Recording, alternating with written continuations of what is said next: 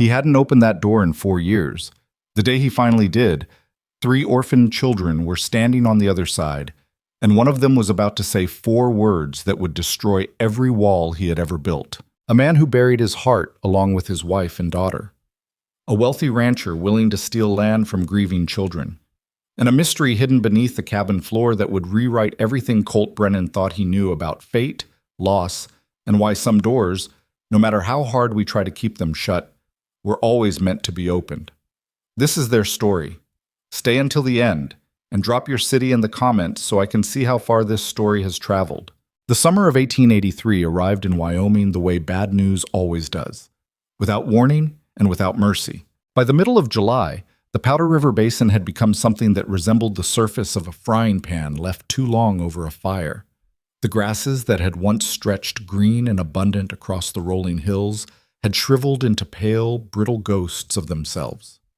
The creeks, those thin silver veins that had kept the ranches alive for generations, had cracked and separated into disconnected pools of muddy nothing, shrinking a little more with each passing day, until some of them simply ceased to exist altogether. The sky, cloudless and enormous, pressed down on everything like a lid on a jar, trapping the heat against the earth with a cruelty that felt almost personal. The livestock suffered, the crops failed. And the men who worked the land wore the kind of expressions that come only from watching something you've spent years building begin to quietly fall apart. But for Colt Brennan, the drought was barely a footnote. He had stopped noticing the condition of the world outside a long time ago. His ranch sat at the edge of a long plateau set apart from the nearest town, Harlow's Creek, by 12 miles of open land and a gap in the hills that most people only crossed when they had good reason to. The house itself was solid, built by Colt's own hands 15 years earlier, when he had been a different man entirely. 2 stories of rough-hewn timber and river stone, with a covered porch that ran the length of the front, and a barn that could hold 20 horses without crowding. The well in the yard was deep enough that even now, in the worst drought the county had seen in a decade, it still held water. It was by any measure a good piece of land, but no one visited it anymore. Not neighbors, not the pastor from town, not even the hired hands who had once kept the place running, all of whom had drifted away one by one over the past 4 years, as it became increasingly clear that the man who owned it no longer much cared whether they stayed or went. Colt Brennan, the townspeople of Harlow's Creek had concluded, was a man who had decided to stop living while still technically remaining alive. They said it quietly, in the way people talk about things they don't fully understand, with a mixture of pity and something close to fear. Old Merle Hutchins, who ran the general store, put it most plainly one afternoon when a traveler passing through asked about the isolated ranch on the plateau. Man lost his wife and baby girl 4 winters back, Merle had said, not unkindly. Fever took them both inside of a week. Colt wasn't even here when it happened. He was hauling cattle up north, didn't know until he came home and found the neighbors had already done the burial. After that, he'd paused, wiping the counter with a rag. After that, something in him just closed, like a door shutting. You can knock all you want, nobody's answering. The traveler had nodded sympathetically and moved on. The people of Harlow's Creek had simply learned to leave him alone. Inside the ranch house, the evidence of Colt's withdrawal was everywhere if you knew how to read it. The dining table, built for 6, was set for 1. A single tin plate, a single cup, a single chair pulled up to one end while the others gathered dust. The kitchen shelves held just enough food for a man eating alone without much interest in the act. The front parlor, which had once been arranged for company, now served as an extension of the workspace. Saddle equipment hanging from pegs on the wall, rope coiled in the corner, a worn copy of a cattle almanac lying open on the floor beside a pair of muddy boots. There were no photographs, not on the walls, not on the mantel, not anywhere visible. If you looked closely enough, you could see the faint rectangular shadows on the wallpaper where frames had once hung, pale outlines in the shape of what had been there before. He hadn't put them in a box. He hadn't burned them. He had simply taken them down one night and placed them in the bottom drawer of the wardrobe in the upstairs room he no longer slept in, and had not opened that drawer since. The bedroom he used now was the smaller one, the one that had been meant for a child who never got old enough to need it. People thought this was the strangest part of the story, the ones who knew. That he'd moved into the child's room, that he slept on a narrow cot beneath a window that faced east, where the first light of morning came through without being asked. No one had ever been bold enough to ask him about it directly. Colt Brennan was not a man who invited personal questions. He was tall, broad through the shoulders, lean everywhere else, with hands that had the roughened, capable look of hands that had spent decades doing hard work and knew how to do harder. His face was weathered in the way that outdoor men's faces get, with deep lines cut by wind and sun, and eyes the particular shade of gray that in certain lights looked almost silver, and in others looked like the color of a sky right before a storm. He had just turned 41. He looked 50. Every morning he rose before sunrise, fed and watered the horses, checked the fence line along the southern pasture, and performed the various small tasks that kept the ranch from falling into genuine disrepair.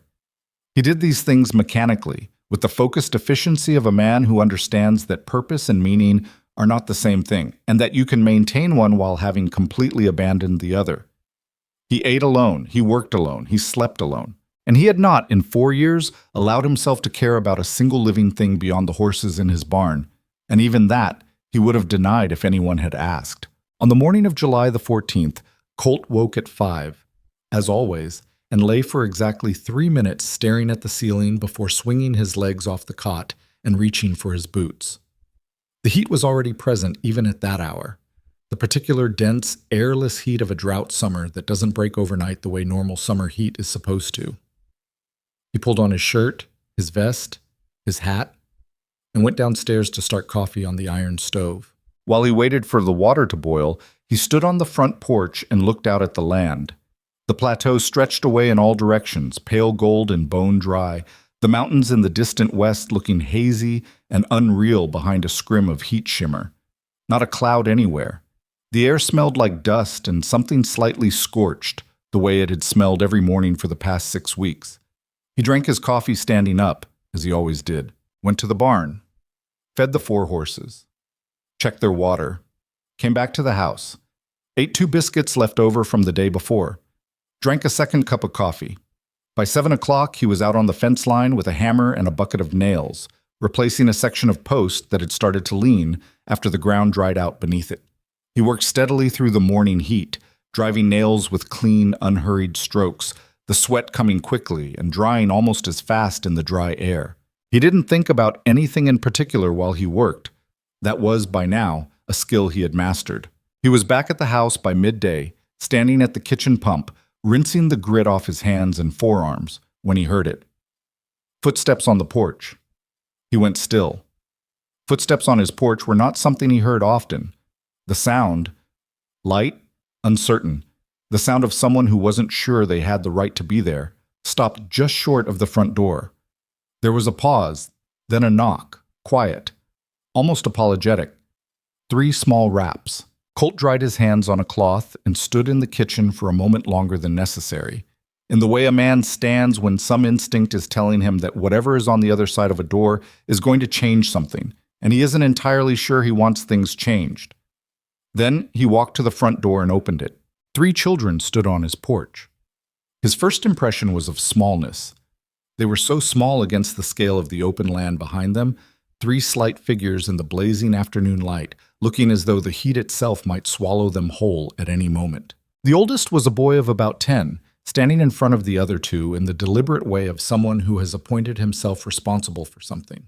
He was holding an empty wooden bucket in one hand and the hand of a younger child on each side. His hat was too big for him, pulled down over his ears, tilted slightly forward in a way that would have been almost comical under other circumstances. To his left was another boy, younger, maybe 7, who was looking down at his own feet with an expression of concentrated effort, the way a person looks when they are working very hard not to cry. To his right was a girl. She was the smallest, and she was the one who caught Colt's attention and held it, because she was looking directly at him with large, dark eyes that held something in them he had no immediate name for. Not fear, exactly, not quite hope, something in between, something that had been hoping for a long time and had almost, but not quite, stopped. All 3 of them were covered in dust. Their clothes, plain working clothes, the kind worn by ranch families who bought fabric and bolts and made their own, were soaked through with dried sweat and grime. The younger boy's lip was cracked at the corner, bleeding faintly. The girl's hair was damp against her temples. Colt's gaze moved from one to the next and landed finally on the oldest boy. They looked at each other. There was a pause that lasted no more than 2 or 3 seconds, but which felt, in the particular quality of its silence, much longer. Then the boy spoke. His voice was steady, careful, like a voice that has been rehearsed during a very long walk, practiced over and over to keep from breaking. "Sir," he said, "our mama died this morning. We walked all day because our little sister is thirsty." Colt Brennan had been shot at twice in his life. He had been thrown from a horse into a creek bed and cracked 2 ribs on the rocks. He had sat beside his wife through 3 days of fever that he had not known, at the time, would be the last 3 days, and had held her hand and had not been able to do a single useful thing about any of it. He had walked home through a January blizzard to a house where the only sound was silence, and had understood in the first breath that something irreversible had happened while he was away. He knew what it felt like to be hit by something that couldn't be dodged or deflected or fought off. But something about those 2 sentences, quiet, factual, delivered by a 10-year-old boy holding a bucket he'd carried across miles of baked earth, struck him somewhere deep and central, somewhere behind the walls he had spent 4 years building and reinforcing with the kind of methodical determination that other men put into building actual structures. He didn't move for a moment. The girl was still watching him.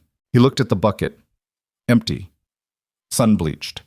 The kind of bucket used to carry water from a well to a house. The kind of bucket that should never be empty when a child is carrying it. He stepped back from the doorway. "Come inside," he said.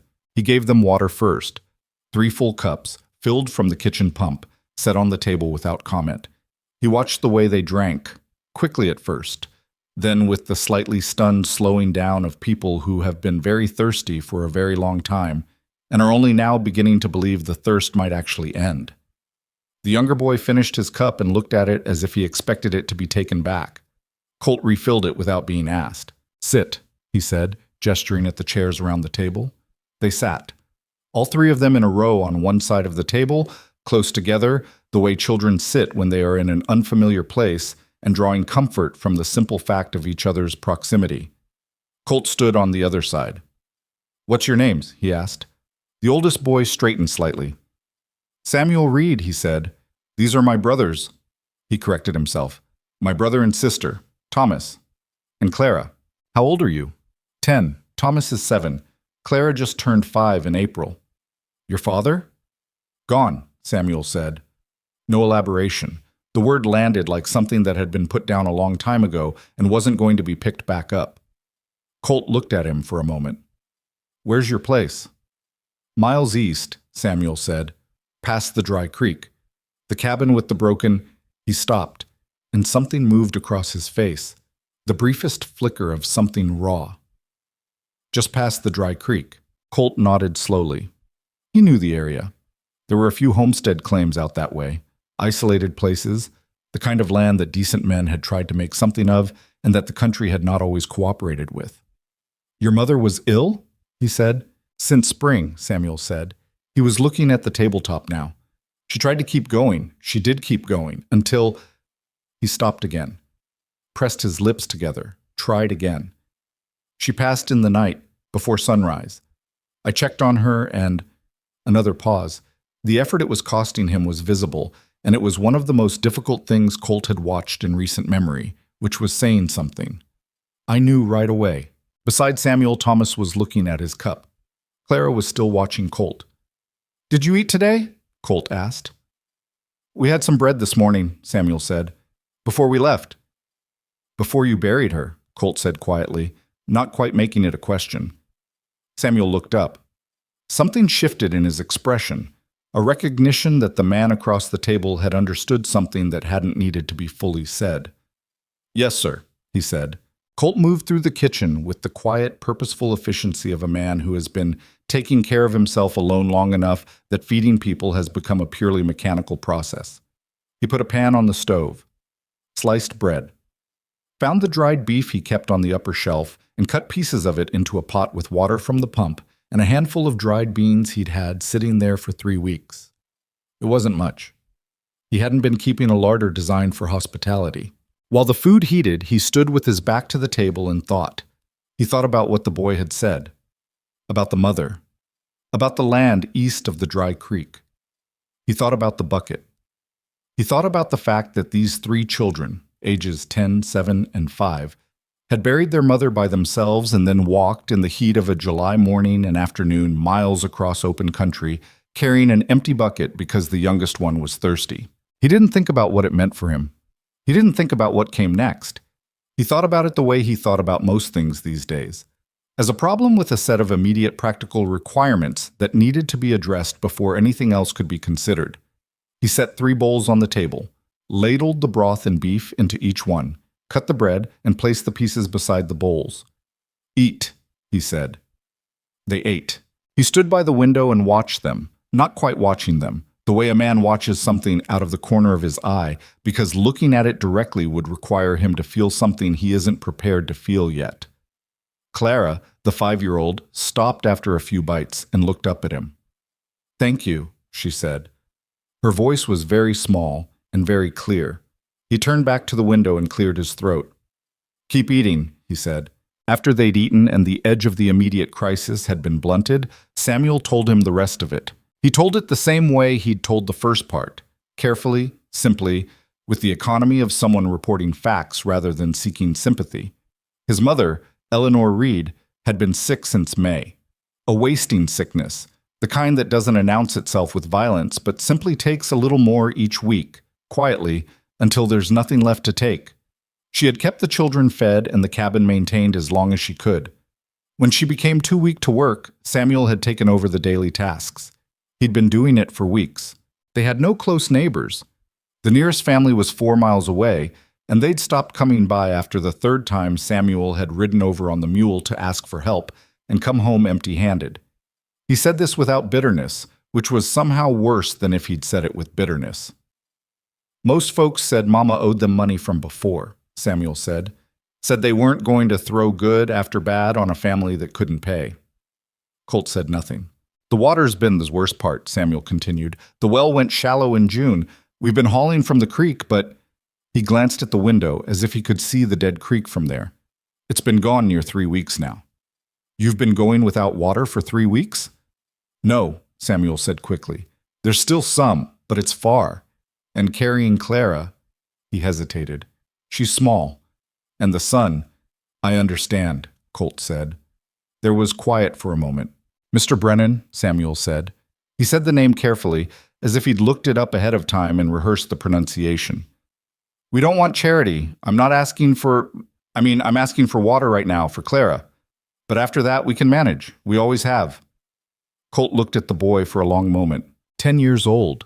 3 weeks hauling water for a dying woman and 2 younger siblings, burying his mother at sunrise, walking miles through a drought summer to get water for his baby sister. "We always have." He pulled his hat off the hook by the door and settled it on his head. "Is your stock still alive?" he asked. Samuel blinked.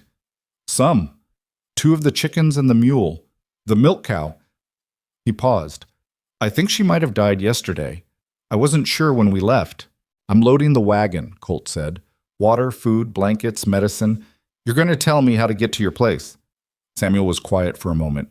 "You don't have to do that, Mr. Brennan," he said. "I know I don't," Colt said. He went out to the barn. It took him 20 minutes to load the wagon. He worked fast, pulling items from the supply shelf without much deliberation. 2 full water barrels from the reserve he kept for the horses, a sack of flour, dried beans, salt pork, hardtack, a tin of coffee, a medicine box with cloth and salve, and the small brown bottle the doctor in Harlow's Creek had once given him for infection, blankets from the upstairs closet, a coil of rope, extra lamp oil. When he came back to hitch the horses, he found all 3 children standing in the yard watching him. Clara was still holding the empty bucket. "You can put that down," he said to her. She looked at the bucket, then back at him.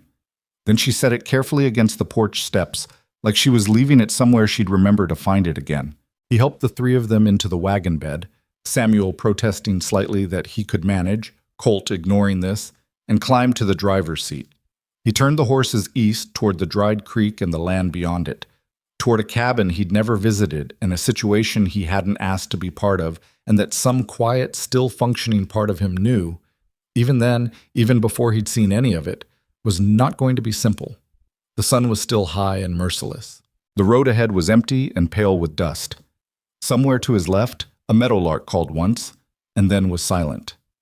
Colt Brennan clicked his tongue at the horses, and they moved forward. He did not think about what he was doing or why or what it meant. He just drove. The Reed homestead came into view an hour later, set in a shallow depression in the land where a creek had once run and now had not in weeks. The cabin was small. One main room with a lean-to kitchen added on the back, a low barn that listed slightly to one side, a yard enclosed by a fence that had been repaired so many times it had the patchwork look of something held together by determination rather than materials. Even from a distance, Colt could see that things were worse than Samuel had described. Not because the boy had exaggerated, because the boy, in the practical, unsentimental way of children who have been managing adult problems, had simply reported the facts as facts, without the additional layer of weight that an adult eye would add to them automatically. The cow was dead, had been for at least 2 days, judging by the way the ground looked around her. 3 chickens, not 2, were still alive, huddled in the strip of shade beside the barn, barely moving. The garden behind the cabin was almost entirely gone. A few brown stalks of what had once been beans, the shriveled remains of something that might have been squash. And beside the cabin, marked with a flat stone and a simple cross made from 2 pieces of fence board lashed together with cord, was a mound of turned earth. Fresh. Eleanor Reed, buried by her 10-year-old son before sunrise. Colt stopped the wagon. He sat for a moment looking at the grave and said nothing. Samuel, beside him on the seat, said nothing either. Thomas and Clara were asleep in the wagon bed, leaning against each other, worn out past the point of pretending they weren't. Colt set the brake, stepped down from the wagon, and went to look at the well. It was bad. Shallow and silted, the remaining water at the bottom dark with mud. He could smell it from above. Not contaminated exactly, but not far from it. He stood there with his hands on the edge of the well casing, looking down, and thought. Then he turned back to the wagon and started unloading. He worked through the afternoon and into the evening. He got the water barrels down, set them in the shade of the cabin. He assessed the structural condition of the lean-to kitchen and determined it was sound enough. He checked the mule, thin, dehydrated, but alive and recoverable, and gave it water from one of the barrels. Samuel worked beside him without being asked, matching his pace as best a 10-year-old could, doing whatever was needed. He didn't talk much. He watched carefully and he worked, and when he didn't know how to do something, he asked without embarrassment, which Colt noted as the mark of someone who had already figured out that not knowing a thing and refusing to learn it were 2 very different problems. When Clara woke up, she sat in the wagon bed for a while, then climbed carefully down and came to stand near Colt while he was working on the mule's water. "Is she going to be okay?" she asked. "The mule?" "Yes." "Probably," he said. "She's tougher than she looks." Clara considered this. "Like Samuel," she said. He glanced at her. "Yes," he said, "like Samuel." She nodded, apparently satisfied, and went to sit on the cabin steps. By the time the sun was going down and the air had moved from unbearable to merely brutal, Colt had established the outline of the situation clearly enough to understand its real dimensions. The food he'd brought would last them 2 weeks, maybe 3, with care. The water barrels, same. The well would need to be dug deeper before it would be usable again. And there was a larger problem that none of them had gotten to yet. He'd seen it when he had looked at the papers on the inside wall of the cabin, the land documents, tacked there in the way homesteaders tacked their legal papers where they could see them and remember they existed. He'd looked at them while Samuel showed him around the inside, and something had caught his eye. A notation in the margin, in an ink that wasn't the same as the original document. He'd said nothing about it then, but he'd remembered it. Later, after the children had eaten and the 2 younger ones had been put to sleep on their cots, Colt sat on the front step of the cabin and looked at the darkening land. Samuel came and sat beside him. He was quiet for a while. Then he said, "You don't have to stay." "I know," Colt said. "We'll manage," Samuel said. "We always..." "Boy," Colt said, not unkindly. "Stop saying that." Samuel was quiet. The first stars were beginning to appear, faint and scattered, the sky deepening from orange to purple to the particular deep blue that comes just before full dark. "Where will you take us?" Samuel asked finally. His voice was careful, controlled, the voice of someone asking a question they are afraid they already know the answer to. Colt looked at him. What do you mean? The orphanage, Samuel said. In Harlow's Creek. That's what happens. When children don't have parents. He said it the way you say something you've already decided to accept. I know that's where we'll go. I need to know if we can stay together, me and Thomas and Clara. If we can't... For the first time, something cracked slightly in his composure. I won't go without them. Colt was quiet for a moment.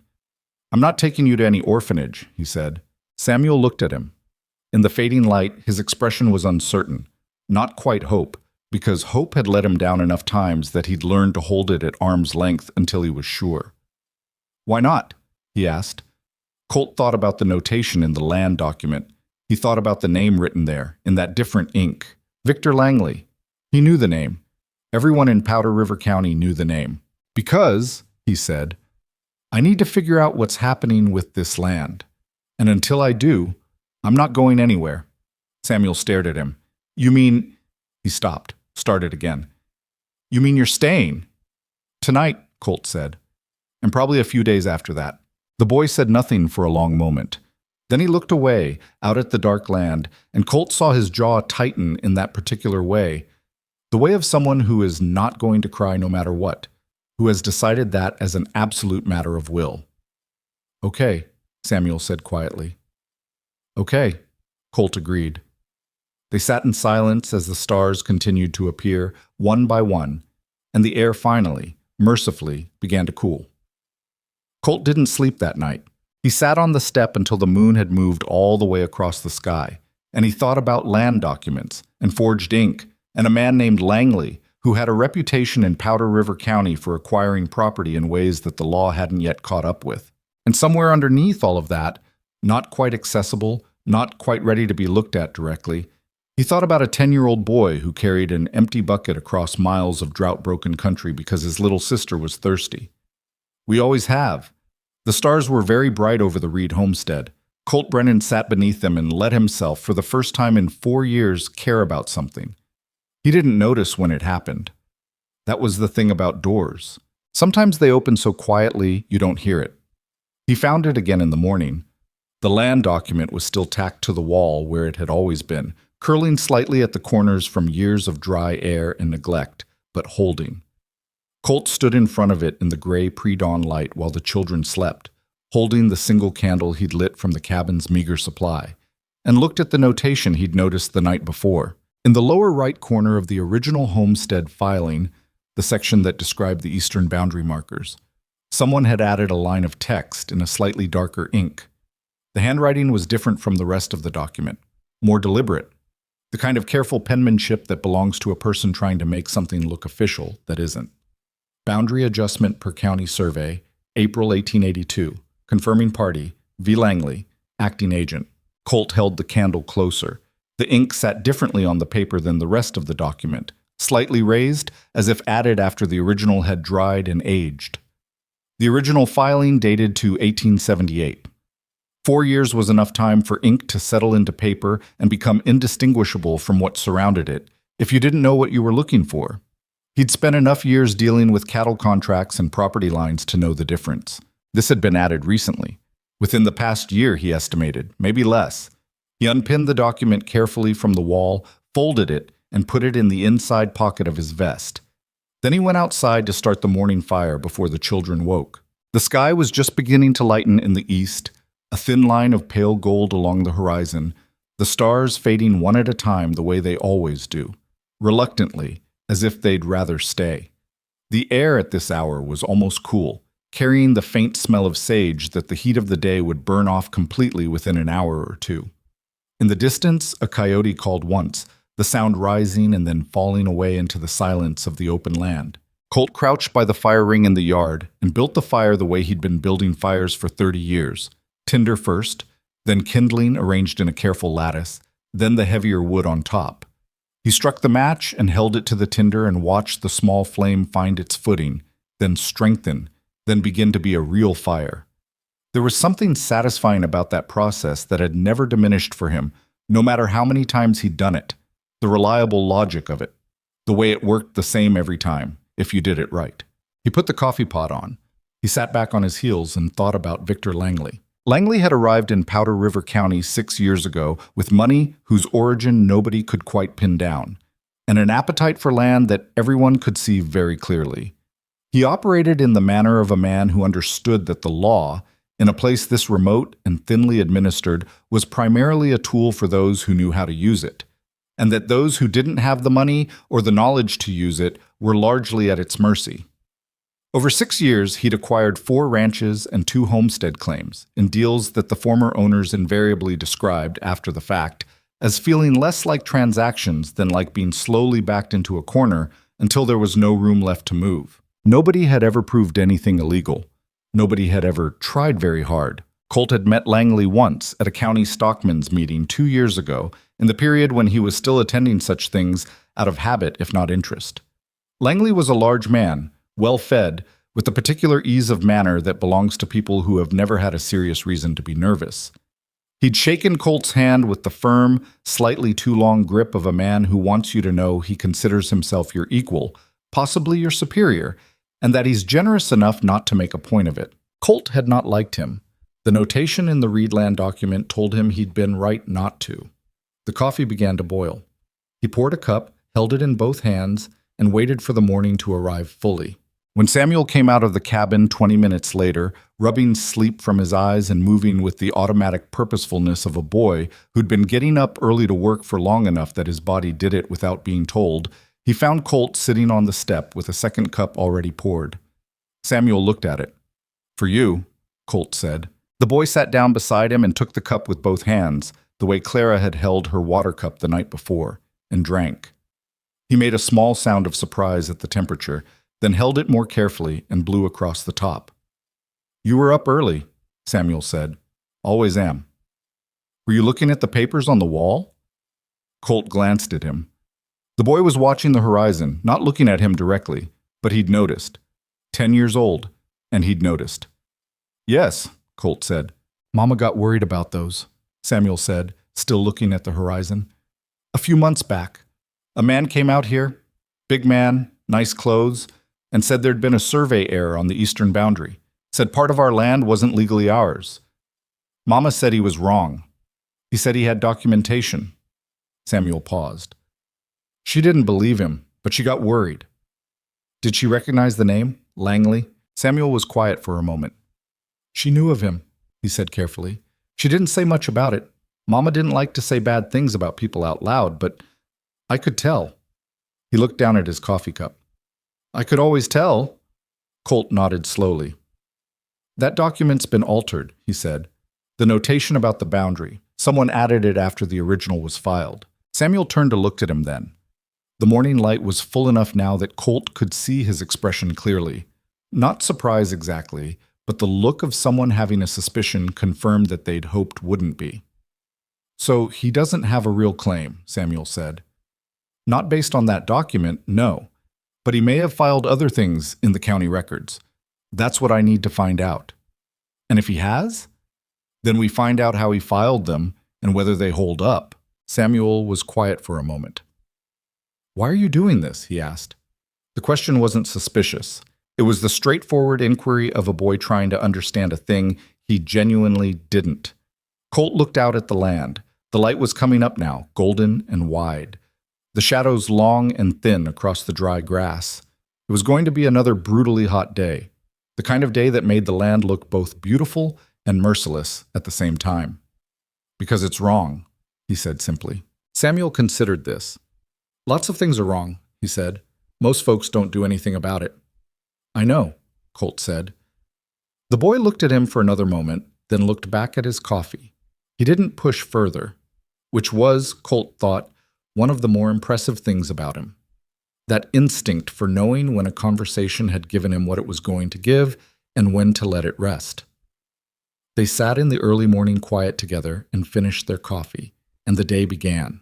The first order of business was practical. It always was in situations like this. Sentiment was a luxury, and Colt was not in the habit of luxury. He spent the morning with Samuel going over the state of the homestead in detail: the well, the barn, the remaining livestock, the structure of the cabin itself. He asked questions and Samuel answered them with the kind of precise recall that comes from weeks of being solely responsible for the inventory of one's own survival. The milk cow was dead and beyond recovery. The mule, whom Samuel called Amos with the matter-of-fact affection of a boy who'd grown up working alongside him, was dehydrated but improving with the water from Colt's barrels. The 2 surviving chickens, 3, it turned out on closer inspection, not 2, were managing. The barn roof had a section that had partially separated from the wall on the north side, creating a gap that had been letting heat in and would let rain in if rain ever came. "Can you fix that?" Samuel asked, nodding at the barn roof. "Yes," Colt said. "I tried," Samuel said. "Couldn't get the boards to hold. You need longer nails and a different angle. I'll show you." They worked on the barn roof through the mid-morning, Colt on the ladder with Samuel below handing up materials, and the lesson was conducted in the efficient shorthand of men doing actual work, which is to say, very few words, all of them useful. Thomas came out after a while and watched, and then, without being asked, began picking up the discarded pieces of old board and stacking them neatly, an initiative that Colt noticed without commenting on. Clara sat in the stripe of shade beside the cabin wall and watched everything with those large, attentive eyes. She had found, somewhere inside the cabin, a cloth doll with a stitched face and one arm slightly looser than the other, and she held it against her chest with the particular grip of a child who has decided this object is important and is not to be put down under any circumstances. At noon, Colt made the decision he'd been thinking about since before sunrise. "I need to go into town," he said when they'd come down from the roof and were standing in the shade of the barn, drinking water from his barrel. "To the county clerk's office. I need to look at the land filings." "I'll come," Samuel said immediately. "No, I need you here. Water the mule twice today. Make sure the children eat. I'll be back before dark." Samuel opened his mouth, then closed it. The brief battle between his instinct to argue and his recognition that the instruction made practical sense played out clearly on his face, and practical sense won. "All right," he said. Colt was hitching the horses to the wagon when Thomas appeared at his elbow, quiet, as was Thomas's habit, approaching without announcing himself in the way the younger boy had apparently moved through the world since before this particular crisis. "Mr. Brennan," Thomas said. Colt looked down at him. 7 years old, with a face that was still a child's face, but with something in the eyes that had recently, and too quickly, gotten older. "Do you know how to make things right?" Thomas asked. "When somebody does something wrong to your family?" Colt considered the question seriously, the way it deserved to be considered. "Sometimes," he said. "Not always, but sometimes." Thomas looked at him steadily. "Are you going to make this right?" Another pause. He thought about the folded document in his vest pocket. He thought about what he knew of Langley and of county clerks, and of the particular stubbornness that had been described by various people over the years as one of his least appealing qualities. "I'm going to try," he said. Thomas nodded, as if this were a satisfactory answer. Then he went back to the cabin. Colt climbed into the wagon and turned the horses toward Harlow's Creek. The 12-mile drive into town was the first time in months that Colt had made it with anything resembling a specific purpose, and he was aware of the difference in the way his mind worked when it had something concrete to orient around. He'd spent 4 years driving into Harlow's Creek for supplies, and driving back out again with the mechanical disengagement of a man performing tasks to fill time rather than to accomplish anything. And the feeling now of driving somewhere for a reason was strange enough to notice. He didn't examine it. He just let it be there and focused on the road. Harlow's Creek on a July afternoon was reduced by the heat to its minimal working parts. A few horses tied at the rail in front of the general store, the sound of the blacksmith hammer going from somewhere behind the livery. 2 women crossing the main street at a diagonal, their hats pulled low, moving with the purposeful efficiency of people who don't want to be outside any longer than necessary. He tied the horses in the shade of the large cottonwood at the edge of the square and went to the county clerk's office, which occupied the front room of the building that also served as the land registry, and on alternating Tuesdays, a court of limited jurisdiction. The clerk was a thin man named Fitch, with the look of someone who spent his life indoors by preference rather than circumstance. He looked up when Colt came in and made the small, involuntary adjustment of expression that most people made when Colt walked into a room he hadn't been in for a while. A flash of something between surprise and uncertainty, quickly smoothed over. "Brennan," he said, "haven't seen you in a while." "I need to look at the filed claims on the Reed homestead," Colt said. "East of the Dry Creek, off the Harlow Road." Fitch blinked. "Reed homestead. That'd be Eleanor Reed's place." "Yes." A pause. Fitch's expression shifted slightly, acquiring the careful neutrality of a man who knows more than he's sure he should say. "That property," Fitch said slowly, "has had some activity recently." "I know. Pull the file." Another pause. Then Fitch turned to the cabinet behind him and began working through the folders with the methodical patience of a man who knew his own filing system intimately. He found the folder, brought it to the counter, and laid it open. Colt looked at the contents. There were 3 documents. The original homestead filing from 1878, which matched what he'd seen on the cabin wall. A survey report from April of 1882, officially stamped and signed by a county surveyor whose name Colt didn't recognize. And a 3rd document, a formal claim filing dated 6 weeks ago, with Victor Langley's name at the top, and a legal description of the property that differed materially from the original filing, asserting that a portion of the eastern acreage had never been properly registered, and therefore reverted to available territory under the Homestead Act. Colt read it slowly and carefully, the way he read everything, once for the surface, once for what was underneath. Then he read the survey report. The surveyor's name was H.W. Caldwell. He'd submitted the survey to the county with the boundary adjustment that matched Langley's claim. Colt had never heard of H.W. Caldwell in connection with any legitimate county survey. "Who authorized this survey?" he asked Fitch. Fitch cleared his throat. "It was submitted through Mr. Langley's office as a correction to a prior filing." "Who authorized it?" Colt asked again. Same tone. No louder. Fitch looked at the document. "It carries Mr. Langley's certification as the requesting party." "That's not an authorization. A private party can't authorize a county survey." Fitch said nothing. His expression had moved fully into careful neutrality and was staying there. "I need to copy this survey report," Colt said. "I can't let you remove—" "I said copy, not remove." Colt held his gaze steadily. "I'll do it here. You can watch." He spent 30 minutes at the clerk's counter with paper and pencil borrowed from Fitch, copying the relevant portions of all 3 documents by hand: the original boundary description, the survey report's details and signature, and the pertinent sections of Langley's claim. He worked slowly and precisely, checking his copies against the originals 3 times before he was satisfied. When he was done, he folded the papers carefully into his vest alongside the original document from the cabin wall and nodded at Fitch. "If Langley's people come back in about this property," he said, "you don't need to tell them I was here." Fitch looked at him for a long moment. "That's a complicated position to put me in, Brennan." "I know," Colt said. "I'm sorry for that." He said it as if he meant it, which he did. Then he left. He was at the door when Fitch said quietly, behind him, "Those children, the Reed children, are they all right?" Colt stopped, turned slightly. "They're alive," he said. Fitch nodded slowly, looking at the counter. "Good," he said. And then more quietly, in the voice of a man saying something he's decided to say despite himself. "Langley filed that claim 2 weeks ago. Same week Eleanor Reed died. Might have been before. He knew she was sick." Colt looked at him for a moment. "Thank you, Fitch," he said. He went out into the hammer-blow heat of the afternoon and stood for a moment on the board sidewalk, his hat shading his face, thinking about what it meant that Langley had filed before Eleanor Reed had finished dying. It meant he'd been watching, or had someone watching for him. It meant the claim wasn't opportunistic. It was planned. It meant he had expected the property to be available and had prepared accordingly. It also meant he had almost certainly underestimated what would happen next, because Victor Langley was a man accustomed to dealing with people who were alone and frightened and without resources. And whatever Colt Brennan was or wasn't these days, alone and without resources were not among his conditions. He went to see the lawyer next.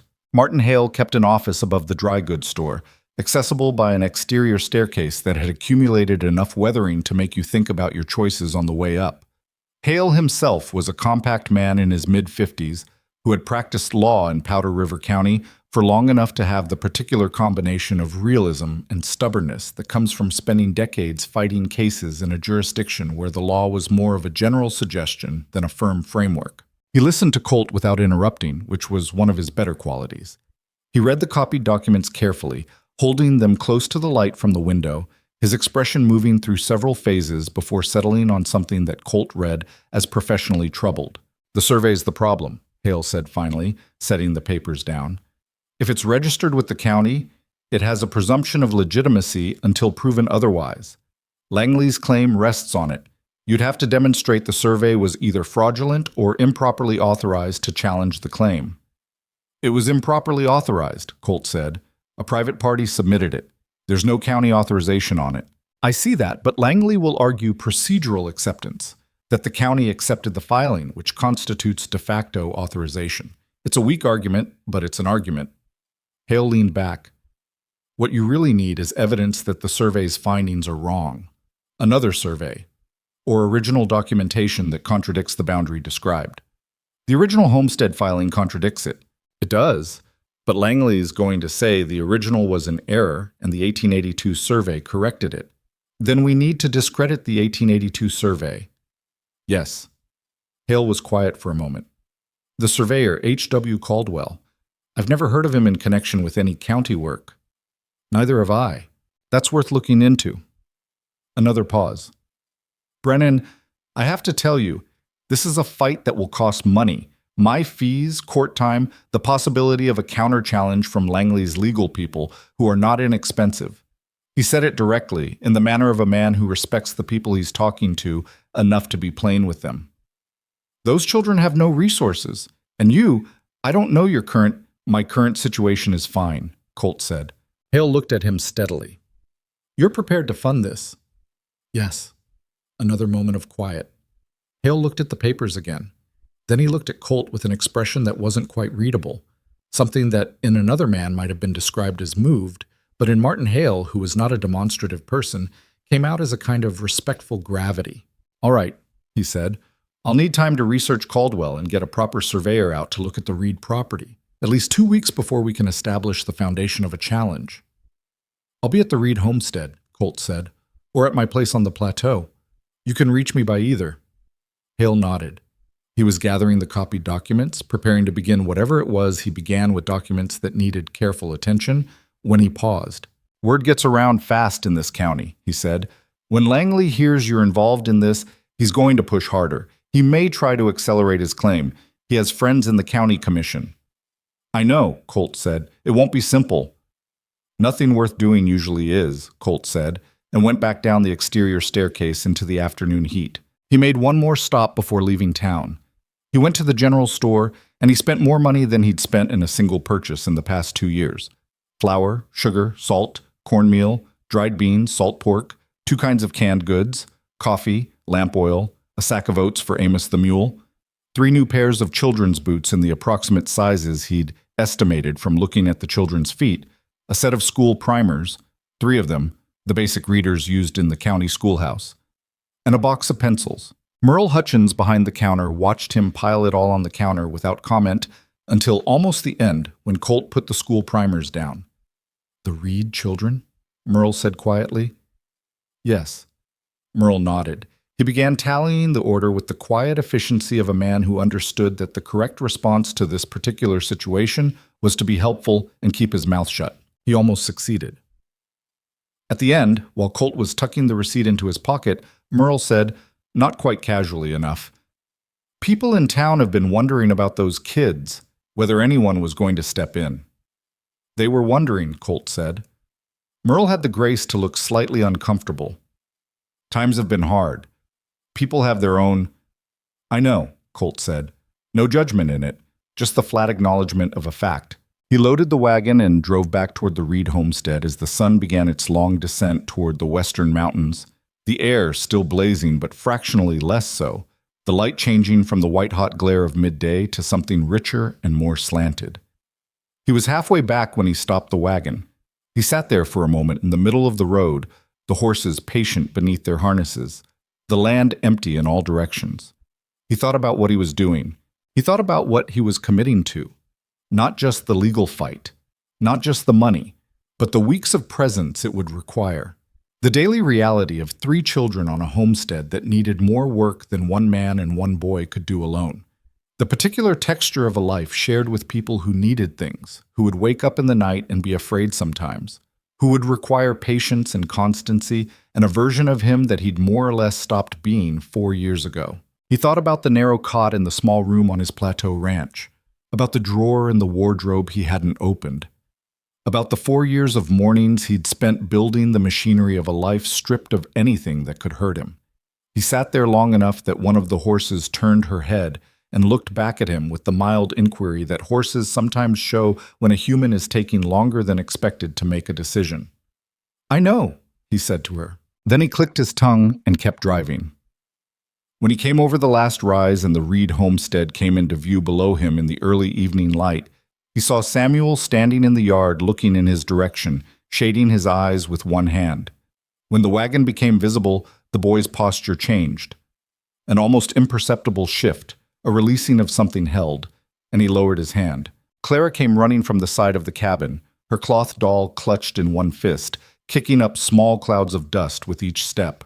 "You came back!" she shouted, as if this required announcing. "Said I would," Colt said, pulling the wagon to a stop. "Samuel said you would too," she said, slightly breathlessly, arriving at the wagon wheel and squinting up at him. "But Thomas bet you wouldn't." "Thomas was wrong," Colt said. "Thomas is wrong a lot," Clara said, in the matter-of-fact tone of a younger sibling who has collected evidence on this point over considerable time. Samuel arrived at the side of the wagon. He looked at the supplies in the wagon bed. He looked at Colt. His expression was the same careful, controlled thing it usually was. But around the edges, in the places he wasn't quite managing to govern, something else was present. "You went to see the lawyer," Samuel said. It wasn't a question. "Yes." "What did he say?" "He said it's complicated, and it'll take time." Samuel absorbed this. "But he thinks we have a case." "He thinks we have a case." A pause. The evening light was long and warm across the yard, catching the dust still hanging in the air from Clara's run, turning it briefly golden.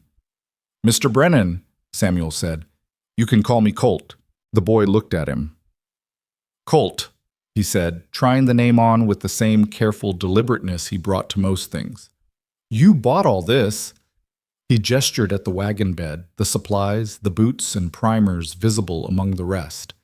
"You didn't have to do any of this." Colt stepped down from the wagon and began untying the horses. "I know," he said. "Why?" Samuel asked. The same question as this morning. The boy was persistent in his need to understand things, which was a quality Colt recognized because he shared it. This time, Colt didn't answer right away.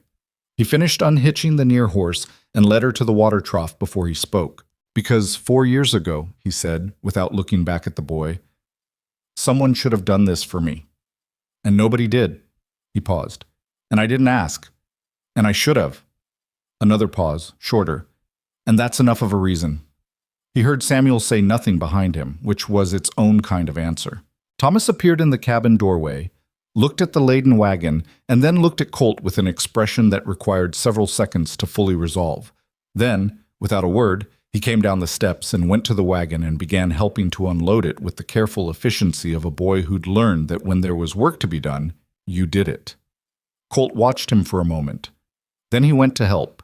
The 4 of them worked in the fading light to bring everything inside, and the cabin, which had held nothing but absence and grief for weeks, began to fill with the small sounds and movements of people doing the ordinary work of keeping themselves alive. And in that ordinariness, without anyone naming it or marking it, something shifted in the air of the place. Not healed, nothing was healed yet, but different. The way a room is different when more than one person is breathing in it. That night, for the first time since the morning she'd found her mother still and silent in the pre-dawn dark, Clara Reed fell asleep without crying. And Colt Brennan, lying on a blanket on the cabin floor with the unfamiliar sounds of 3 sleeping children around him, stared at the ceiling and felt not happy, not at peace, not any of the clean resolved things, but awake. Genuinely, uncomfortably, necessarily awake. In a way he hadn't been in a very long time, The weeks that followed had a rhythm to them that Colt hadn't expected, not the hollow mechanical rhythm of his plateau ranch, where each day was a carbon copy of the last, but something more complicated, something with texture and interruption and the occasional moment that caught him completely off guard. He moved between the two properties as needed, spending most of his time at the Reed homestead, but returning to his own ranch every few days to check the horses, maintain the fence lines, and collect the mail that occasionally arrived in the box at the end of his road. On those drives back and forth across the 12 miles of open country, he found himself thinking about things he hadn't thought about in years. Not deliberately, not with any invitation, but in the way thoughts come when you've stopped working hard enough to keep them out. The work at the Reed place was substantial and consistent. The well needed to be dug deeper, which was 2 days of hard labor with Samuel working alongside him, the boy proving more useful than his size suggested, with a stubbornness about quitting that Colt recognized from somewhere inside himself. The barn needed the full repair that the roof patch had only partially addressed. The garden, while the season was too far gone to save, needed to be cleared and the soil turned for next year. The fence around the yard needed new posts in 4 places, and the children needed to eat. And the children needed to be kept from falling into the particular suspended grief that can take hold of young people when the adults in their lives disappear and nothing moves forward, and every day feels like the last day repeated. Colt solved the latter problem the only way he knew how to solve problems, which was practically. He started with the horses. On the 4th morning, he loaded Samuel and Thomas into the wagon and drove them to his plateau ranch, where he had 4 horses that had been getting minimal attention. He put Samuel on the gentlest of them, a bay mare named Patience, who had earned her name over 12 years of tolerating beginners, and spent the morning walking him through the basic mechanics of riding. Not the ornamental riding of someone learning for pleasure, but the functional kind. How to mount and dismount without startling the animal, how to communicate direction through leg and rein, how to keep your weight balanced and your hands quiet. Samuel was, predictably, serious about it. He made mistakes and corrected them without being told twice. By mid-morning, he was walking Patience in a wide circle around the yard, with the careful posture of someone who understood that confidence and recklessness were different things. Thomas watched from the fence rail. He was a quieter study than Samuel, less likely to ask questions, more likely to simply observe until he'd formed his own complete picture of a thing. When Colt asked if he wanted to try, he climbed down from the fence without hesitation and walked to the horse with his hands held the way he'd seen Colt hold his when approaching, open, low, unhurried. "You were watching," Colt said. "Always," Thomas said. Back at the Reed homestead that afternoon, Clara had decided, in the way 5-year-olds decide things, absolutely and without apparent deliberation, that she was going to learn too. She stood in the yard with her arms crossed and her chin at the precise angle that Colt was beginning to recognize as her particular expression of non-negotiable intent. "I want to learn the horse," she said. "You're 5, Colt said. "Samuel said you were probably 5 once," Clara said, "and you learned." Colt looked at Samuel, who had the decency to examine a distant point on the horizon. "Tomorrow," Colt said to Clara. "Today," Clara said. He taught her that afternoon, with Patience standing at the lowest level of the yard where the ground was flattest, and Clara held up in front of him on the saddle with his arm around her to keep her steady. They walked a single wide loop around the cabin, and Clara sat straight-backed and solemn the entire time, both hands holding the pommel, her cloth doll, which she had named Ada and which apparently went everywhere Clara went, tucked inside her shirt with just the stitched face showing. "Is this how it feels?" Clara asked. "How what feels?" "Being tall," she said. Colt considered this. From horseback, even walking slowly, the world did look different. He'd stopped noticing it years ago the way you stop noticing anything you've done 10,000 times.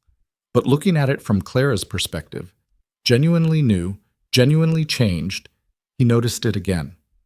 "Yes," he said, "that's exactly how it feels." Clara nodded, satisfied, and patted the horse's neck with the flat of her small hand. In the evenings, after supper, Colt started the schoolwork. He set the 3 primers on the table and lit the lamp and sat across from the children the way he imagined teachers sat, though he had no particular training in the matter and was working from memory of his own schooling 30 years ago. Samuel could read adequately, his mother had taught him, but his arithmetic was uneven and his writing labored. Thomas read slowly but with intense concentration, sounding each word out with the thoroughness of someone building a wall one brick at a time. Clara knew her letters and could write her name, which she demonstrated immediately and with great satisfaction. "Can you teach us maps?" Samuel asked one evening, looking up from the primer. Colt looked at him. "Why maps?" "You said you'd teach us to read maps, the first night. You said it." He had said it in the general terms of a man committing to something without having fully thought through the particulars. He'd meant it as a practical skill, knowing the land you live on, understanding how territory was recorded and described. But he looked at Samuel's face and understood that it meant something more specific to the boy. It meant understanding the piece of land that was his, its boundaries and measurements, the exact shape of what he stood to lose. The next day, Colt brought out his own survey maps of the surrounding county. Large, careful drawings on thick paper, annotated in the margins with measurements and notations he'd made over the years. He spread one across the table and showed Samuel how to read the scale, how the lines represented elevation, how the property boundaries were drawn and measured and described in legal language that corresponded to the physical ground. He showed him the Reed homestead on the map, its original eastern boundary, the line that Langley's fraudulent survey claimed should replace it. Samuel studied the map for a long time. Then he put his finger on the eastern boundary line and traced it north to south, the full length of their property. "This is ours," he said. "Yes," Colt said, "and this?" His finger moved slightly east to Langley's claimed boundary. "This is the lie." "Yes," Colt said. Samuel nodded slowly, and the set of his jaw had the quality of a decision being made and then set in place. They were 3 weeks into this arrangement when Victor Langley came. Colt was on the barn roof when he heard the horses, more than one, moving at a pace that wasn't leisurely. He climbed down from the roof and came around the side of the barn, in time to see 2 riders coming across the flat toward the cabin yard, raising a thin trail of dust. Behind them, on a better horse, a larger man. He knew Langley at 200 yards by the way he rode. There are men who sit a horse the way they occupy everything else, as if the horse is a part of the furniture of their life, and they have never once considered that the animal might have a perspective on the matter. Langley rode that way, settled, proprietary, comfortable. He pulled up at the edge of the yard and looked down at Colt with the expression of a man who has arrived to conduct a transaction and is confident about the outcome. "Brennan," he said. The word had the quality of something being checked off a list. "Langley," Colt said. Langley's gaze moved around the yard, the repaired barn, the water barrels, the signs of active habitation, and came back to Colt. Something shifted in his expression, not quite surprise, but the slight recalibration of a man encountering a variable he hadn't fully accounted for. "I heard you'd taken an interest in this property," Langley said. He said it conversationally, the way you'd mentioned something mildly curious heard at a dinner party. "That's right," Colt said. "On behalf of the children." "On behalf of the children," Langley nodded slowly. The 2 riders behind him were watching Colt with the bored alertness of hired men waiting for something to happen. "I want you to know," Langley said, with the measured courtesy of a man who considers himself reasonable, "that my claim on the eastern section of this property has nothing to do with the children personally. It's a legal matter, a boundary correction. It doesn't affect their ability to continue on this land. It affects their ability to own it," Colt said. A slight pause. "A portion of it. A small portion. 40 acres of the eastern pasture, the section with the best water access on the property." Langley's expression shifted a little more, just a fraction, the way a man's expression shifts when he realizes the person he's talking to has done more homework than expected. "Technically accurate," Langley said, and the survey that establishes your claim was submitted by a private party without county authorization and performed by a surveyor with no documented history of county work," Colt said. He kept his voice level, factual, the same tone he'd used to describe weather conditions. "And the notation added to the original land document on that wall," he nodded toward the cabin without looking at it, "was added after the original filing, in a different ink, in handwriting that doesn't match the rest of the document." Complete silence. The 2 riders behind Langley were no longer bored. Langley looked at Colt for a long moment. His expression had resolved into something harder, something that had set aside the conversational courtesy and replaced it with something closer to what was actually underneath. He was a man who'd conducted a long career by moving around people who weren't prepared to push back, and the sensation of encountering someone who had the effect of removing certain social layers quickly. "You've been busy," Langley said. "I have," Colt said. "You should think carefully about what you're getting into, Brennan. I have legal representation that—" "So do I," Colt said. "Martin Hale. I expect you know him." Another pause. Martin Hale was known in Powder River County as a man who lost cases rarely, and who, when he had reason to pursue something, pursued it with a thoroughness that had made more than one overconfident party regret underestimating him. "This is going to be expensive," Langley said. "For you." "I know," Colt said. "And complicated. The county commission—" "I know about the county commission," Colt said. "Then you understand—" "I understand," Colt said, "that you filed a claim on a dead woman's land while she was still dying. That you had someone watching this property and waiting. That the survey you used to do it was produced specifically for this purpose by someone who doesn't appear to have any other documented county work." He let that sit for a moment. "I understand all of it. And I want you to understand that I have documented all of it, and that Martin Hale has copies." Langley stared at him. Behind Langley, the cabin door had opened without anyone noticing. Samuel was standing in the doorway, perfectly still, watching. He had one hand on the doorframe, and he was looking at Langley with an expression that was not childlike in any way. It was the expression of someone who has decided exactly where they stand. Langley's gaze moved to the boy.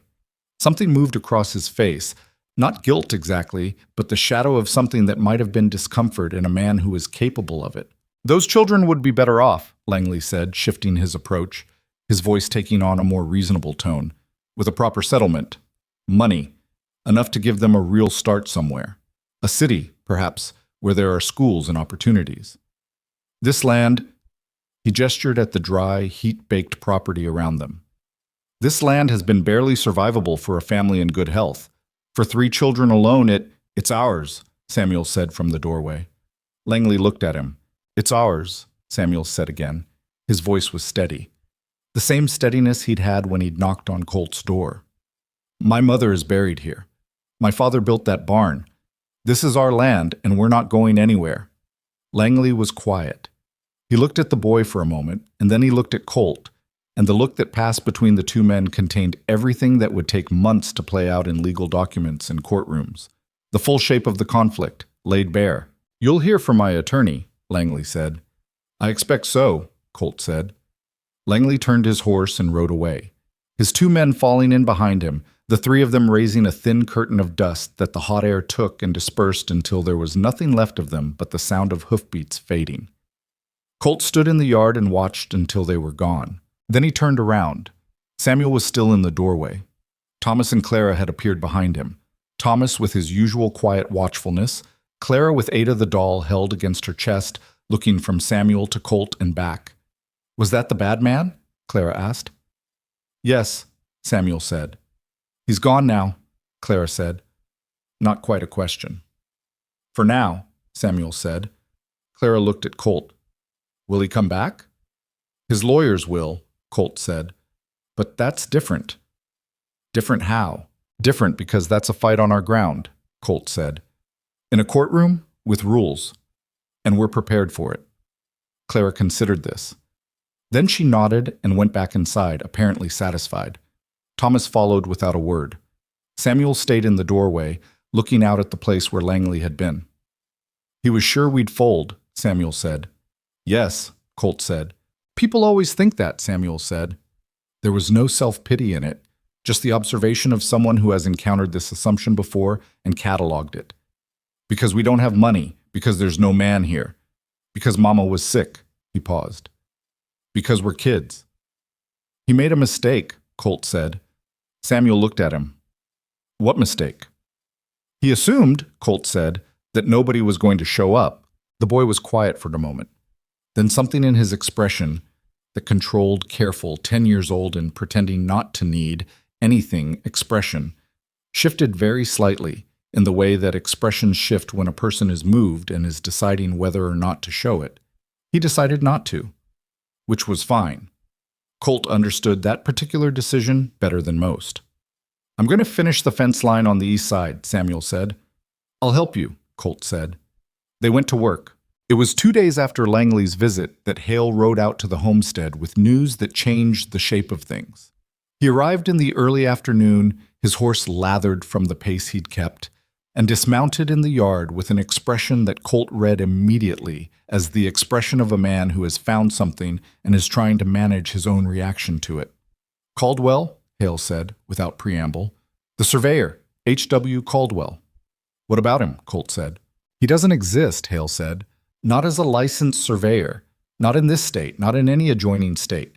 The certification number on his survey report corresponds to a surveyor named Wallace, who retired in 1879 and died in 1881. Colt was quiet for a moment. "So the entire survey is fabricated." "The survey may have been physically performed by someone," Hale said. "Someone walked that land and drew those measurements, but the certification is fraudulent. The surveyor doesn't exist, which means the county accepted a fraudulent document. And Langley's claim rests entirely on that document." "Entirely," Hale said. "Without it, there is no boundary adjustment. The original filing stands.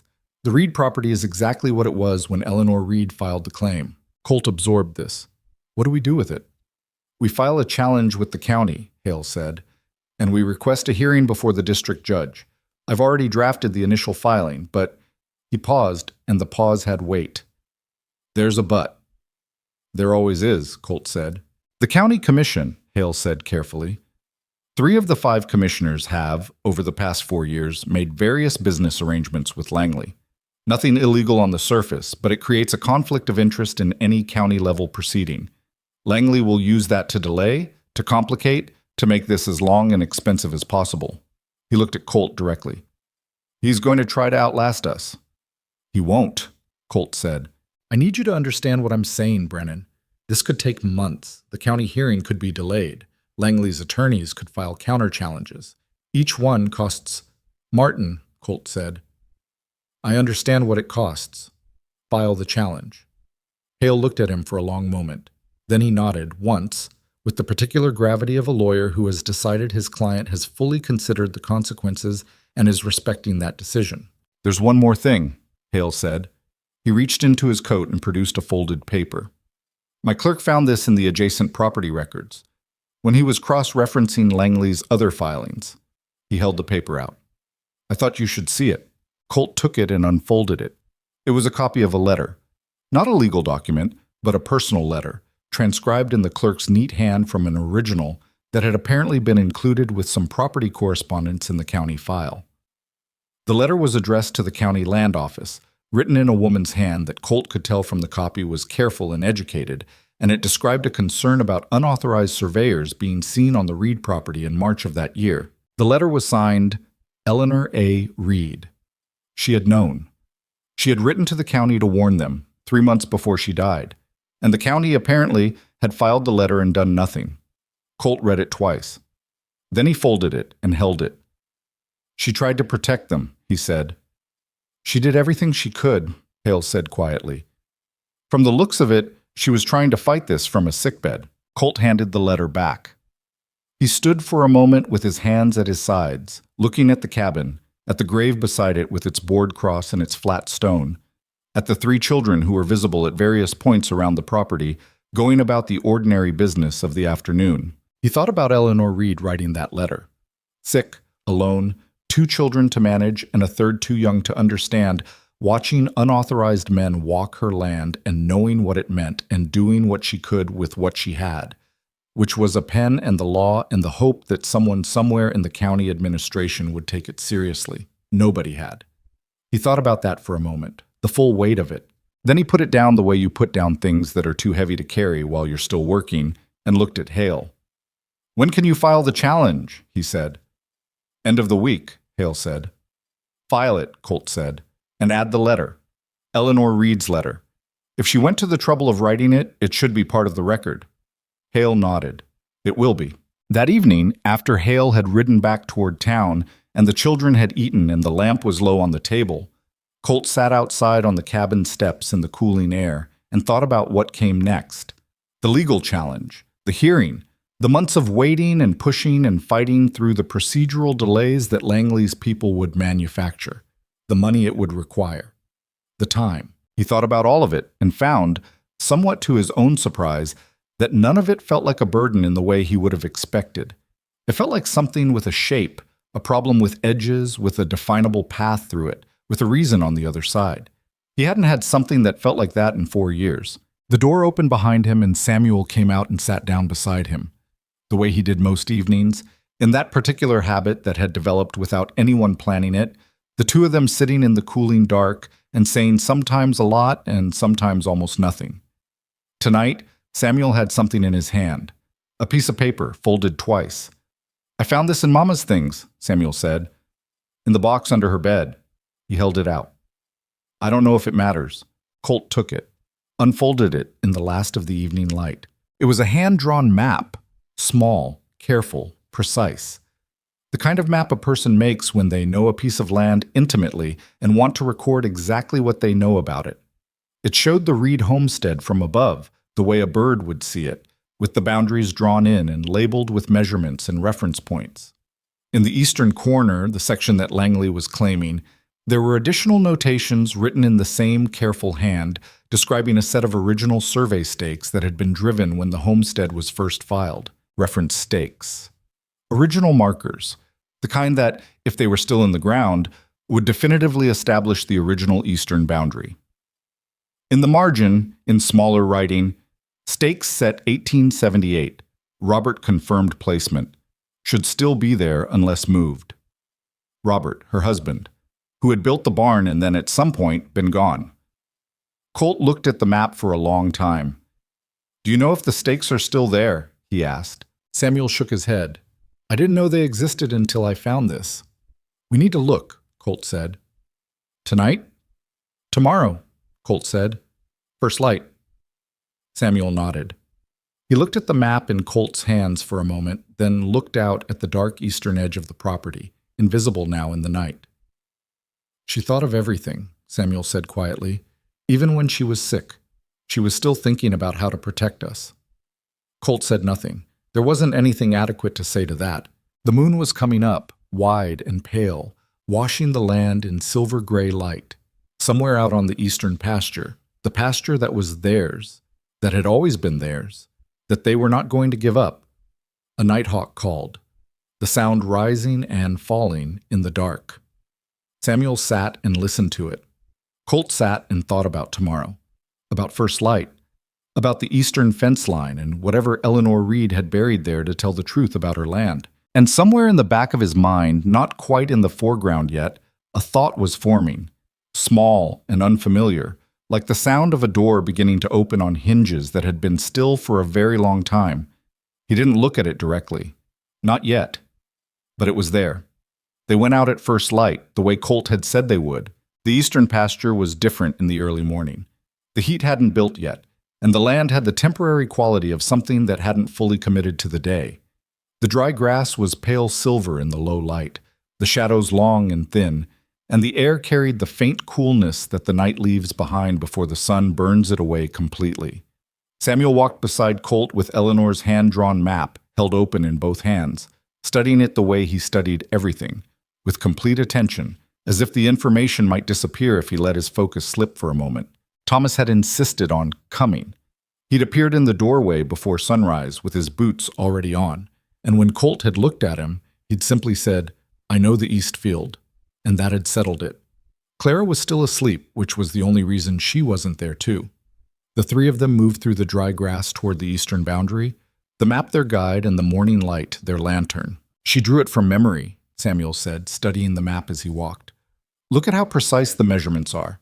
She knew every foot of this property." "Your mother surveyed this herself?" Colt asked. "She and my father, when they first filed. Papa said she was better at it than he was. She had a head for numbers." Samuel paused. "She used to say that land was like a story. You had to know every word of it, or someone could change the ending on you." Colt looked at the map over Samuel's shoulder. Eleanor Reed had drawn the eastern boundary with a series of reference points, a particular rock formation, a dry streambed cut, and 3 original survey stakes driven at measured intervals. She'd noted the distances between them in her careful hand, and she'd noted that she'd checked them herself in the spring of 1880 and found them undisturbed. March of 1883. The same month she'd written the letter to the county land office, she'd added a final notation in the margin. Stakes still present per my last check. Need to verify NE corner stake after activity seen near fence. Activity seen near fence. The unauthorized surveyors she'd reported to the county. She'd gone out herself, sick, in March, and gone to check whether they'd moved her boundary markers. Colt folded this fact away and kept walking. They found the first stake 20 minutes into the search, half buried by a season's worth of wind-blown debris and a spread of dried grass that had grown over and around it, but solid in the ground. An iron stake, driven deep, with a marking punch on the flat top that matched the notation on the map. Samuel crouched beside it and traced the punched numbers with his finger. "That's it," he said. "Yes," Colt said. They found the second stake a measured distance north, right where the map said it would be. Also solid, also undisturbed, also carrying its original marking. They walked the boundary line north toward the corner stake, the one Eleanor had been concerned about, the northeast corner that sat at the edge of what Langley was claiming and where she'd seen activity near the fence. Thomas found it first. Or rather, he found where it had been. "Here," Thomas said quietly from 10 yards ahead. They came to where he was standing and looked down. There was a hole in the ground. Not a large hole, but a deliberate one, the kind left by something driven into the earth that had subsequently been pulled back out. The surrounding soil was disturbed in the pattern of recent excavation, the edges still relatively sharp. It hadn't been empty for long.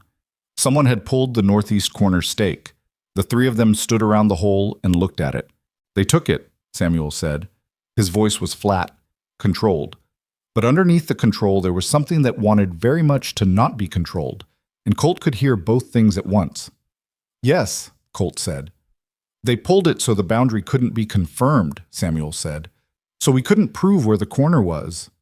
"That's what they intended," Colt said. "So it doesn't matter that we found the other two." Colt crouched down and looked at the hole more carefully.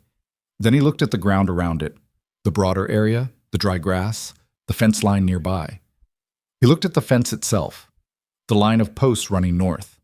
He looked at the angle between the two stakes they'd found and extended that line mentally across the landscape to where the northeast corner logically fell. He stood up and walked 30 feet north along the fence line and stopped. He crouched again. The ground here was different, less disturbed on the surface, but different in a subtler way. The density of it, the faint discoloration that suggested something had been done here relatively recently.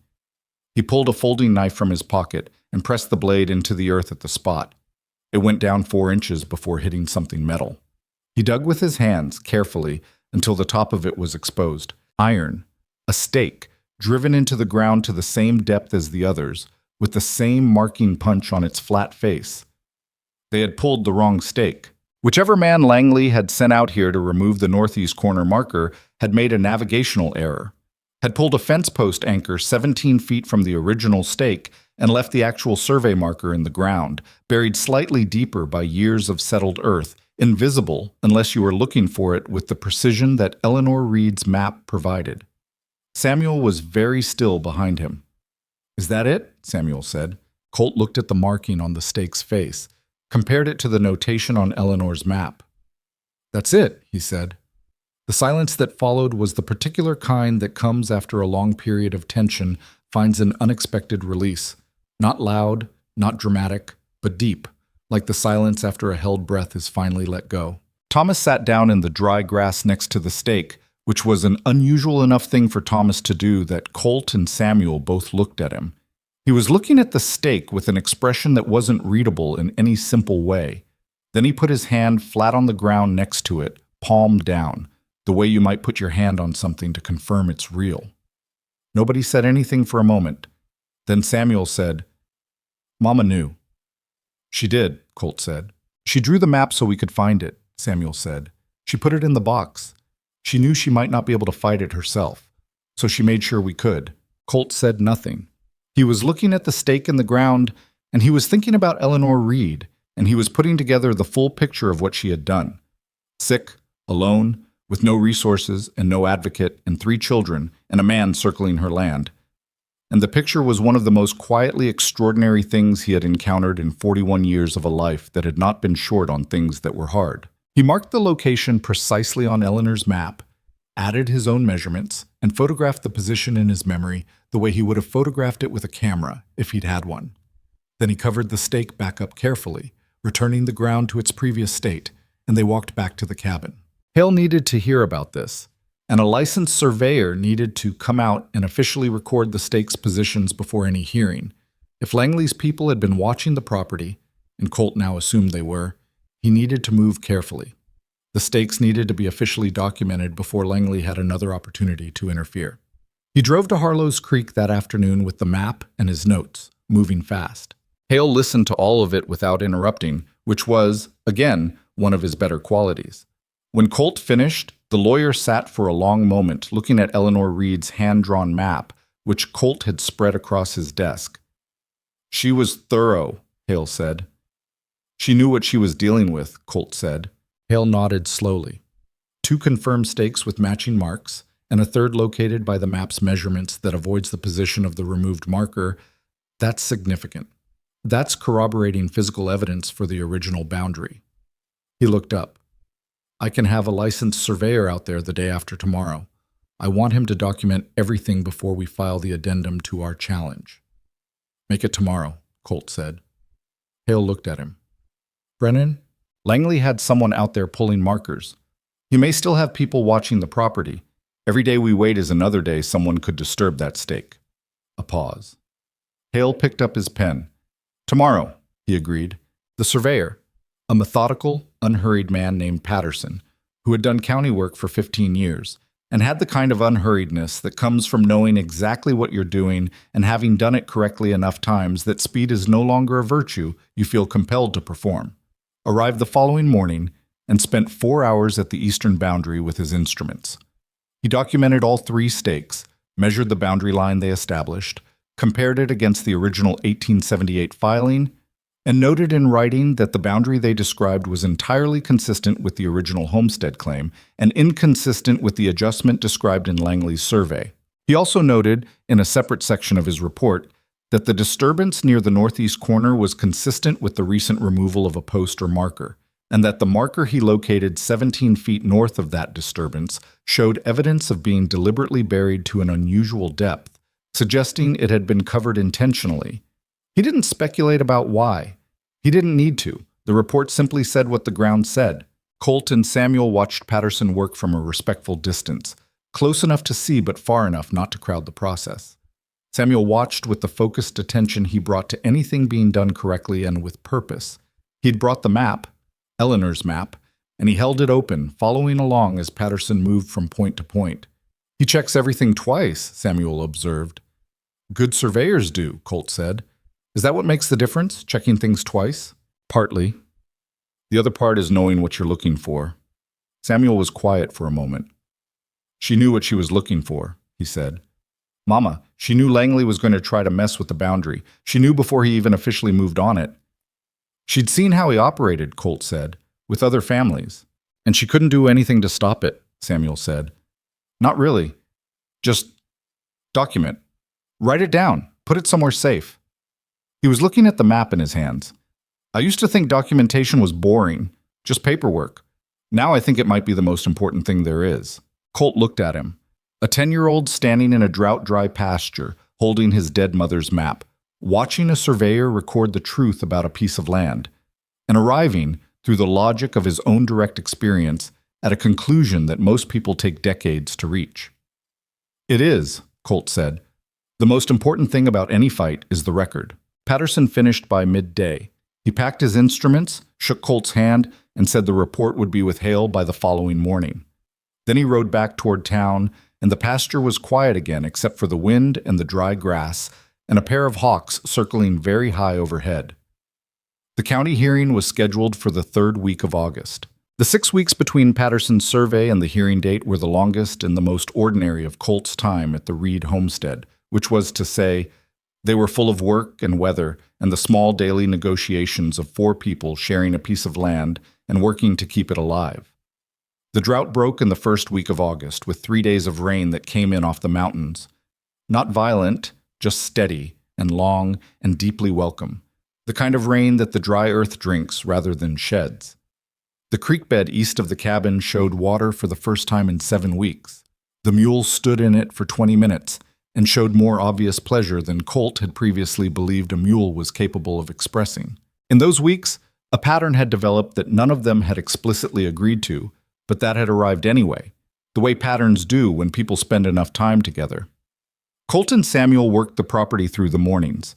Thomas had taken on the specific domain of the mule and the 2 horses that Colt had moved from his plateau ranch, caring for them with the same thorough attention he brought to observation, checking feet, brushing coats, talking to them in the quiet murmuring way of someone who understands that animals respond to tone before they respond to words.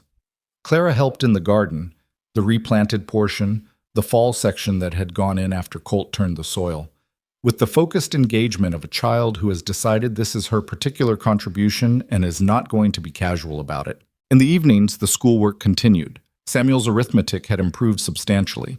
Thomas was now reading at a level that had moved past the primers and into the single book of collected stories Colt had found on the shelf of his own ranch house and brought over, a book he hadn't opened in 4 years, which he didn't think about directly.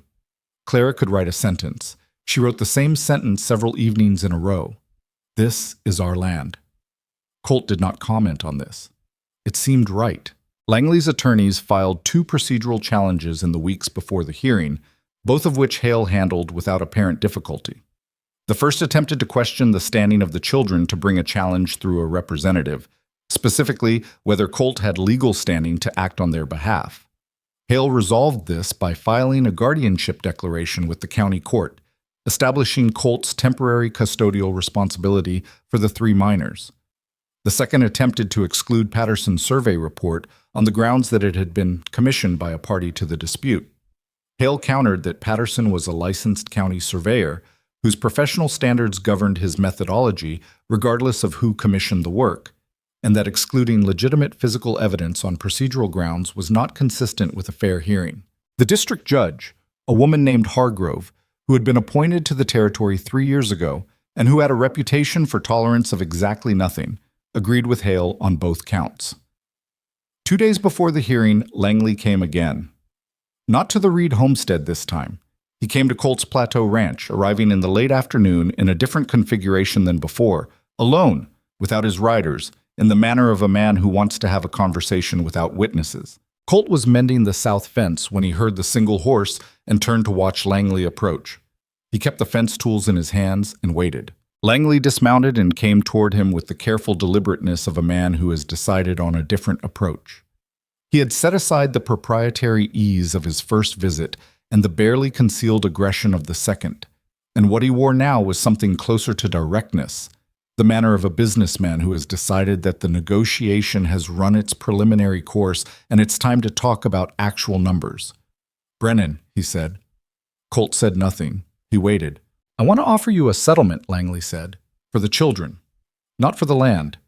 The land question will be decided at the hearing, and I'm confident in my position. But separate from that, a cash settlement, enough to relocate them somewhere with more opportunity. Denver, perhaps, or Cheyenne. Schools, work, a real future." He named a figure. It was not a small figure. Colt looked at him. "The children don't want to relocate," he said. "Children want what adults prepare them to want," Langley said. The patience in his voice was practiced, a man who uses patience strategically. "You've been here 2 months. You're not their father. You're not their guardian in any permanent sense. When this hearing is done, whatever the outcome, you'll go back to your own ranch and your own life, and those 3 children will be exactly where they were, alone, on a piece of marginal land, without the resources to make it viable." Colt considered several responses and chose none of them. He looked at Langley steadily and said, "You filed a claim on a dying woman's land. You had someone remove a boundary marker on a property belonging to orphaned children, and you're standing here talking to me about their future." Something flickered across Langley's face. "Business decisions are not what I'm talking about," Colt said. "I'm talking about who you are. I'm talking about what kind of man does what you did to that family."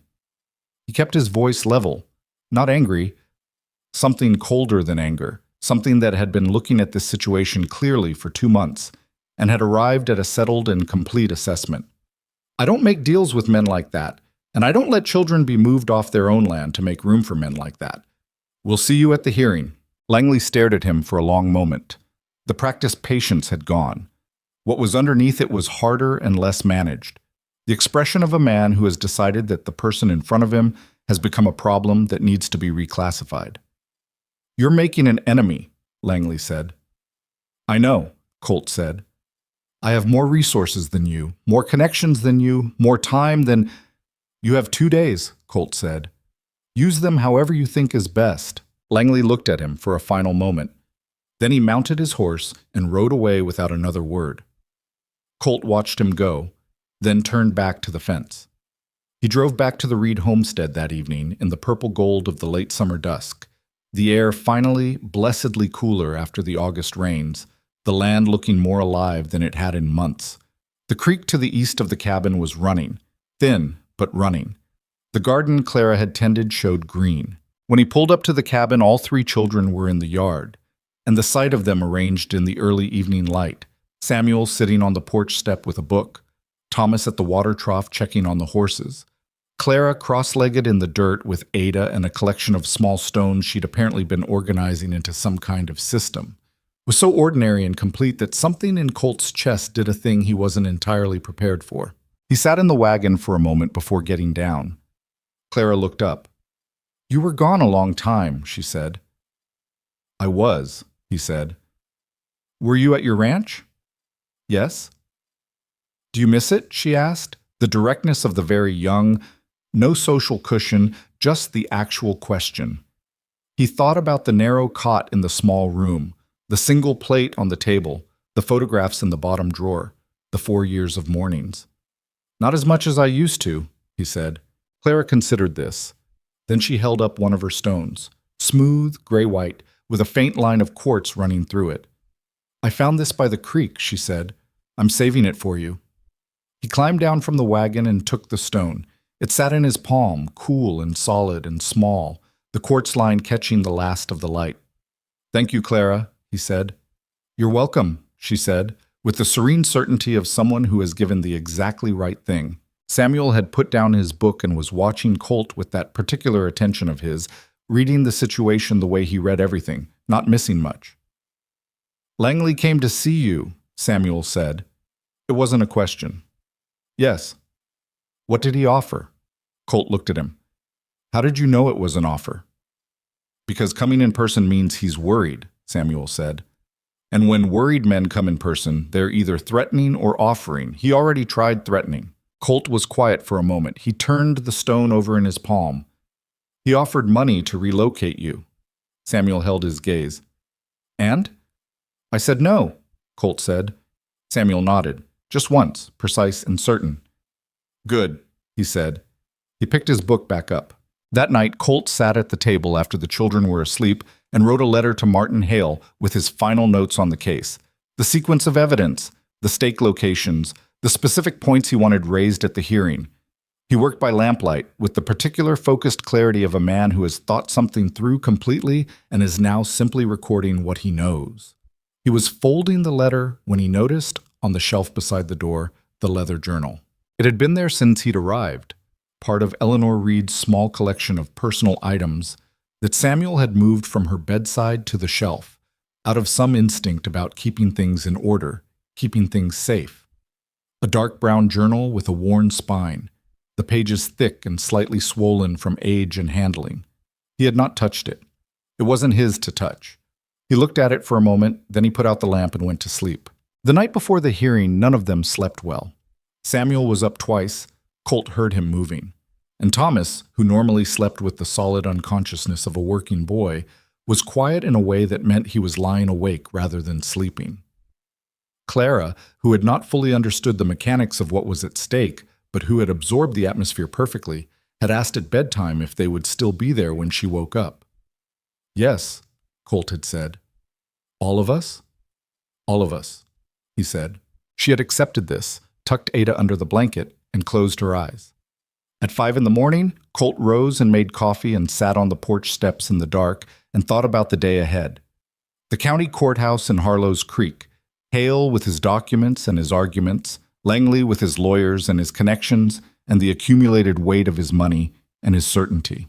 And the truth, which was on their side, which was what it always came down to, not just having truth, but having it in a form that could be shown and recorded and witnessed and made to stand in front of other people in the cold light of a courtroom and refuse to move. Eleanor Reed had understood that. She'd built the case herself from a sickbed with a pen and a map and a letter to the county that nobody had bothered to answer. Now it was going to be answered. Samuel appeared in the doorway at 5:30, already dressed. He came out and sat beside Colt without being invited, because by this point the invitation was assumed. "Are we going to win?" Samuel asked. Colt looked at the first pale light beginning in the east, the mountains beginning to define themselves against the darkening sky. "We have the truth," he said, "and we have the evidence to show it. In a fair hearing, that should be enough." "Should be," Samuel said. "Should be," Colt confirmed. A pause. "What if it isn't enough?" Samuel asked. Colt turned and looked at the boy. 10 years old, sitting straight-backed in the gray morning light with his hands on his knees, asking the question that needed asking because he was the kind of person who asked the questions that needed asking, rather than leaving them in the dark where they could grow larger than they deserved. "Then we find another way," Colt said. "There's always another way." Samuel looked at him steadily. "You sound sure about that." "I am," Colt said. The boy held his gaze for a moment longer. Then he looked out at the land, at the creek running thin and silver in the early light, at the garden Clara had tended, at the barn Thomas had helped repair, at the grave with its board cross at the cabin's edge, at all of it. His. "Okay," Samuel said quietly. The sun came up. They went inside to wake the others and prepare for the drive to town.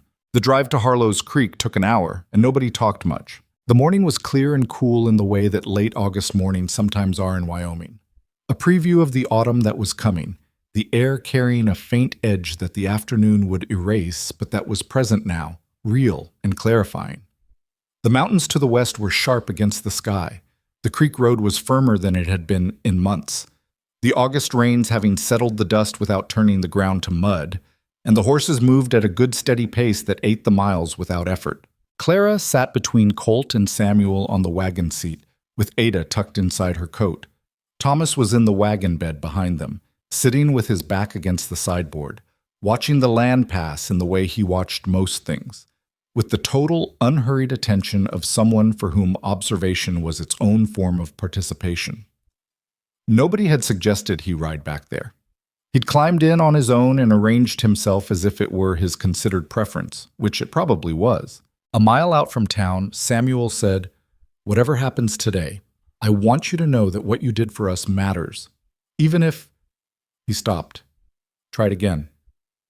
"Even if the hearing doesn't go right, what you did still matters." Colt kept his eyes on the road. "It's going to go right," he said. "But if it doesn't—" "Samuel," Colt said, not unkindly. "Yes?" "Stop finishing that sentence." A pause. Then Samuel almost smiled. A small, careful thing, there and then controlled. "All right," he said. Clara looked up at Colt. "Are you nervous?" she asked. "No," he said. "I'm a little nervous," she said. "That's all right," he said. "Being nervous means you care about something." She thought about this. "Do you care about something?" He looked at the road ahead. The outskirts of Harlow's Creek were beginning to appear. The first buildings, the water tower, the church steeple catching the morning sun. "Yes," he said. "I do." She nodded, satisfied, and leaned slightly against his arm, the way she did sometimes without asking, and without seeming to notice she'd done it. He didn't move away. The county courthouse was a 2-story building of pale brick on the main street, with a flagpole in front and a set of wide steps that gave it the aspirational dignity of a place that took itself seriously as an institution. When Colt pulled the wagon up, Hale was already on the steps with his leather case and his composed, ready expression, looking like a man who had spent the preceding days in thorough preparation and was now finished with preparation and ready for the thing itself. There were people on the street, more than Colt had expected. The hearing had apparently traveled through the community in the way news travels in small places, by word of mouth and accumulation, until a fair number of people who had no direct stake in the outcome had decided to be nearby when it happened. Merle Hutchins was outside his store across the street. Two of the women Colt recognized from the general area of the county were standing on the board sidewalk, watching the wagon arrive. Old men sitting in front of the barber shop had the attentive posture of people who have positioned themselves deliberately. None of them called out or made a show. They just watched. The way communities watch things that matter to them, even when they haven't done much to help. Colt helped Clara down from the wagon, and they went up the courthouse steps to where Hale was waiting. "Langley's already inside," Hale said quietly. "He brought 2 attorneys, Conroy and Webb, out of Casper. They're competent, but they're going to be working with weak material, and they know it." He looked at the children, then at Colt. "You ready?" "Yes," Colt said. "All of you stay quiet unless Judge Hargrove addresses you directly," Hale said to the children. "If she asks you a question, answer it simply and truthfully. Don't add anything that wasn't asked for." He paused. "Samuel, that especially means you." Samuel looked faintly offended. "I know when to be quiet," he said. "I've met a lot of 10-year-olds, Hale said, not unkindly. "They all think that." They went inside. The hearing room was not large. A raised bench at the front for the judge, 2 tables facing it, a gallery of wooden chairs behind a low railing. Langley was at the left table with his 2 attorneys. Conroy, a tall man with the contained energy of someone always preparing the next move, and Webb, older and more deliberate, the kind of lawyer who wins cases by exhausting opponents rather than outmaneuvering them. Langley himself sat with his hands folded on the table and his expression arranged into the neutral confidence of a man who considers the outcome a formality. He looked at Colt when they came in. Colt looked back at him. Neither man acknowledged the other beyond that. Colt settled the children in the front row of the gallery. Clara between Thomas and Samuel, Ada arranged on Clara's knee with the solemn positioning of an additional attendee, and took his seat beside Hale at the right table. Judge Hargrove came in at 9 o'clock precisely. She was a compact woman in her mid-50s with gray hair pinned back and eyes that moved across the room with the comprehensive efficiency of someone who makes assessments quickly and revises them rarely. She settled behind the bench, arranged her papers, looked at both tables with equal and non-committal attention, and said, "We're here on the matter of Langley versus Reed, regarding a contested boundary claim on the property recorded under the name Eleanor A. Reed, original filing 1878. I've reviewed the submitted documents from both parties. We'll hear arguments beginning with the claimant." Conroy rose with the smooth fluency of a man who has done this many times. He presented Langley's case in organized, confident terms. The 1882 survey report establishing the boundary discrepancy. The original filing error it corrected. The legal standing of Langley's claim under the territory's homestead correction provisions. He cited the relevant statutes by number. He spoke about the necessity of accurate boundary records for the functioning of the county land system. He was persuasive in the way that well-prepared, well-paid lawyers are persuasive, not because what he was saying was true, but because it was organized and authoritative and delivered with the manner of someone who expects to be believed. When he finished, Hargrove looked at Hale. Hale did not rise with smooth fluency. He rose with the deliberate weight of a man who has been in enough courtrooms to understand that manner is less important than substance, and that the moment he was most confident was the moment when the evidence was doing the work for him.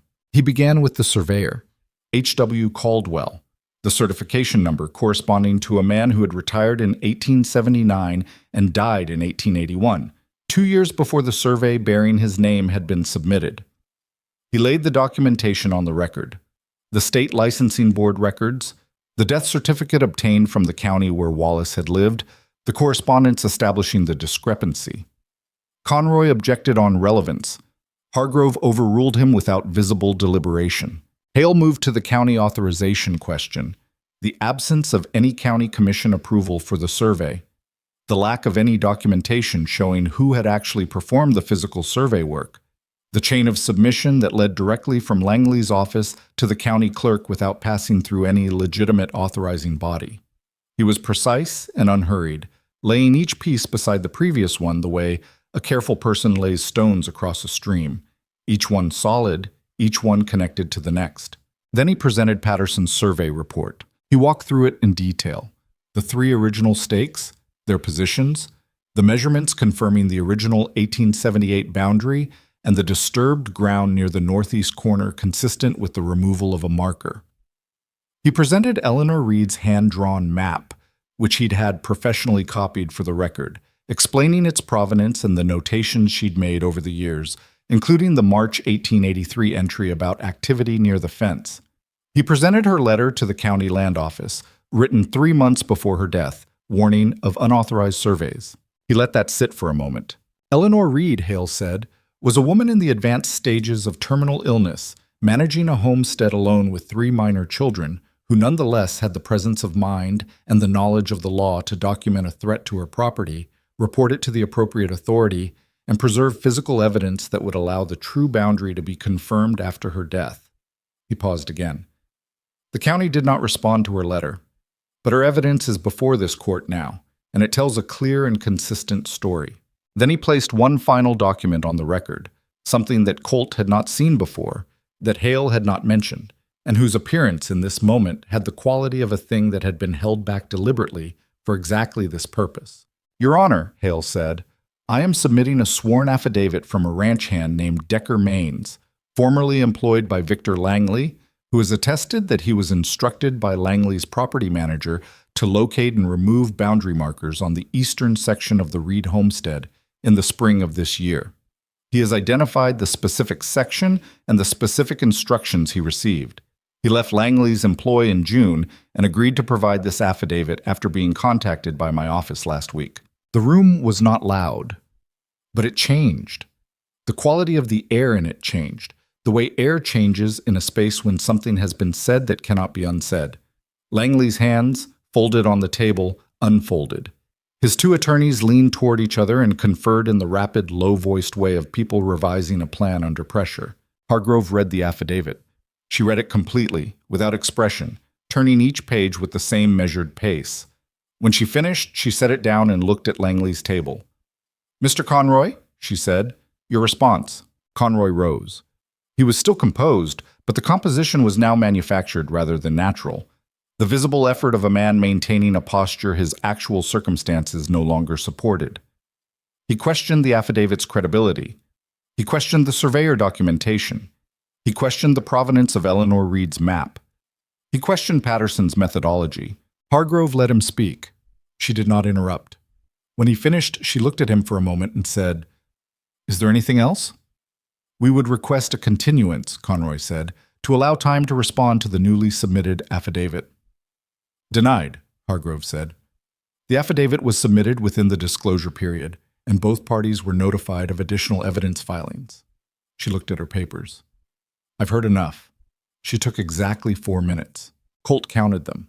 He sat at the table beside Hale, and he did not look at Langley, and he did not look at the children behind him in the gallery. He looked at the judge, and he counted the minutes, and he held himself very still with the particular stillness of a man who has learned that some moments require you to simply wait and not fill the waiting with anything. When Hargrove spoke, her voice was the same as it had been throughout, measured, precise, carrying the particular authority of someone who has made a decision based on evidence and has no uncertainty about it. "The survey submitted in support of the claimant's boundary adjustment is fraudulent," she said. "The certification belongs to a licensed surveyor who predeceased the survey by 2 years. The survey was submitted without county authorization through a mechanism that does not comply with territorial land law. The physical evidence presented by the respondent, including original boundary stakes consistent with the 1878 filing, professional survey documentation, and a sworn affidavit attesting to the deliberate removal of a marker, is credible, consistent, and uncontradicted by any legitimate counter-evidence."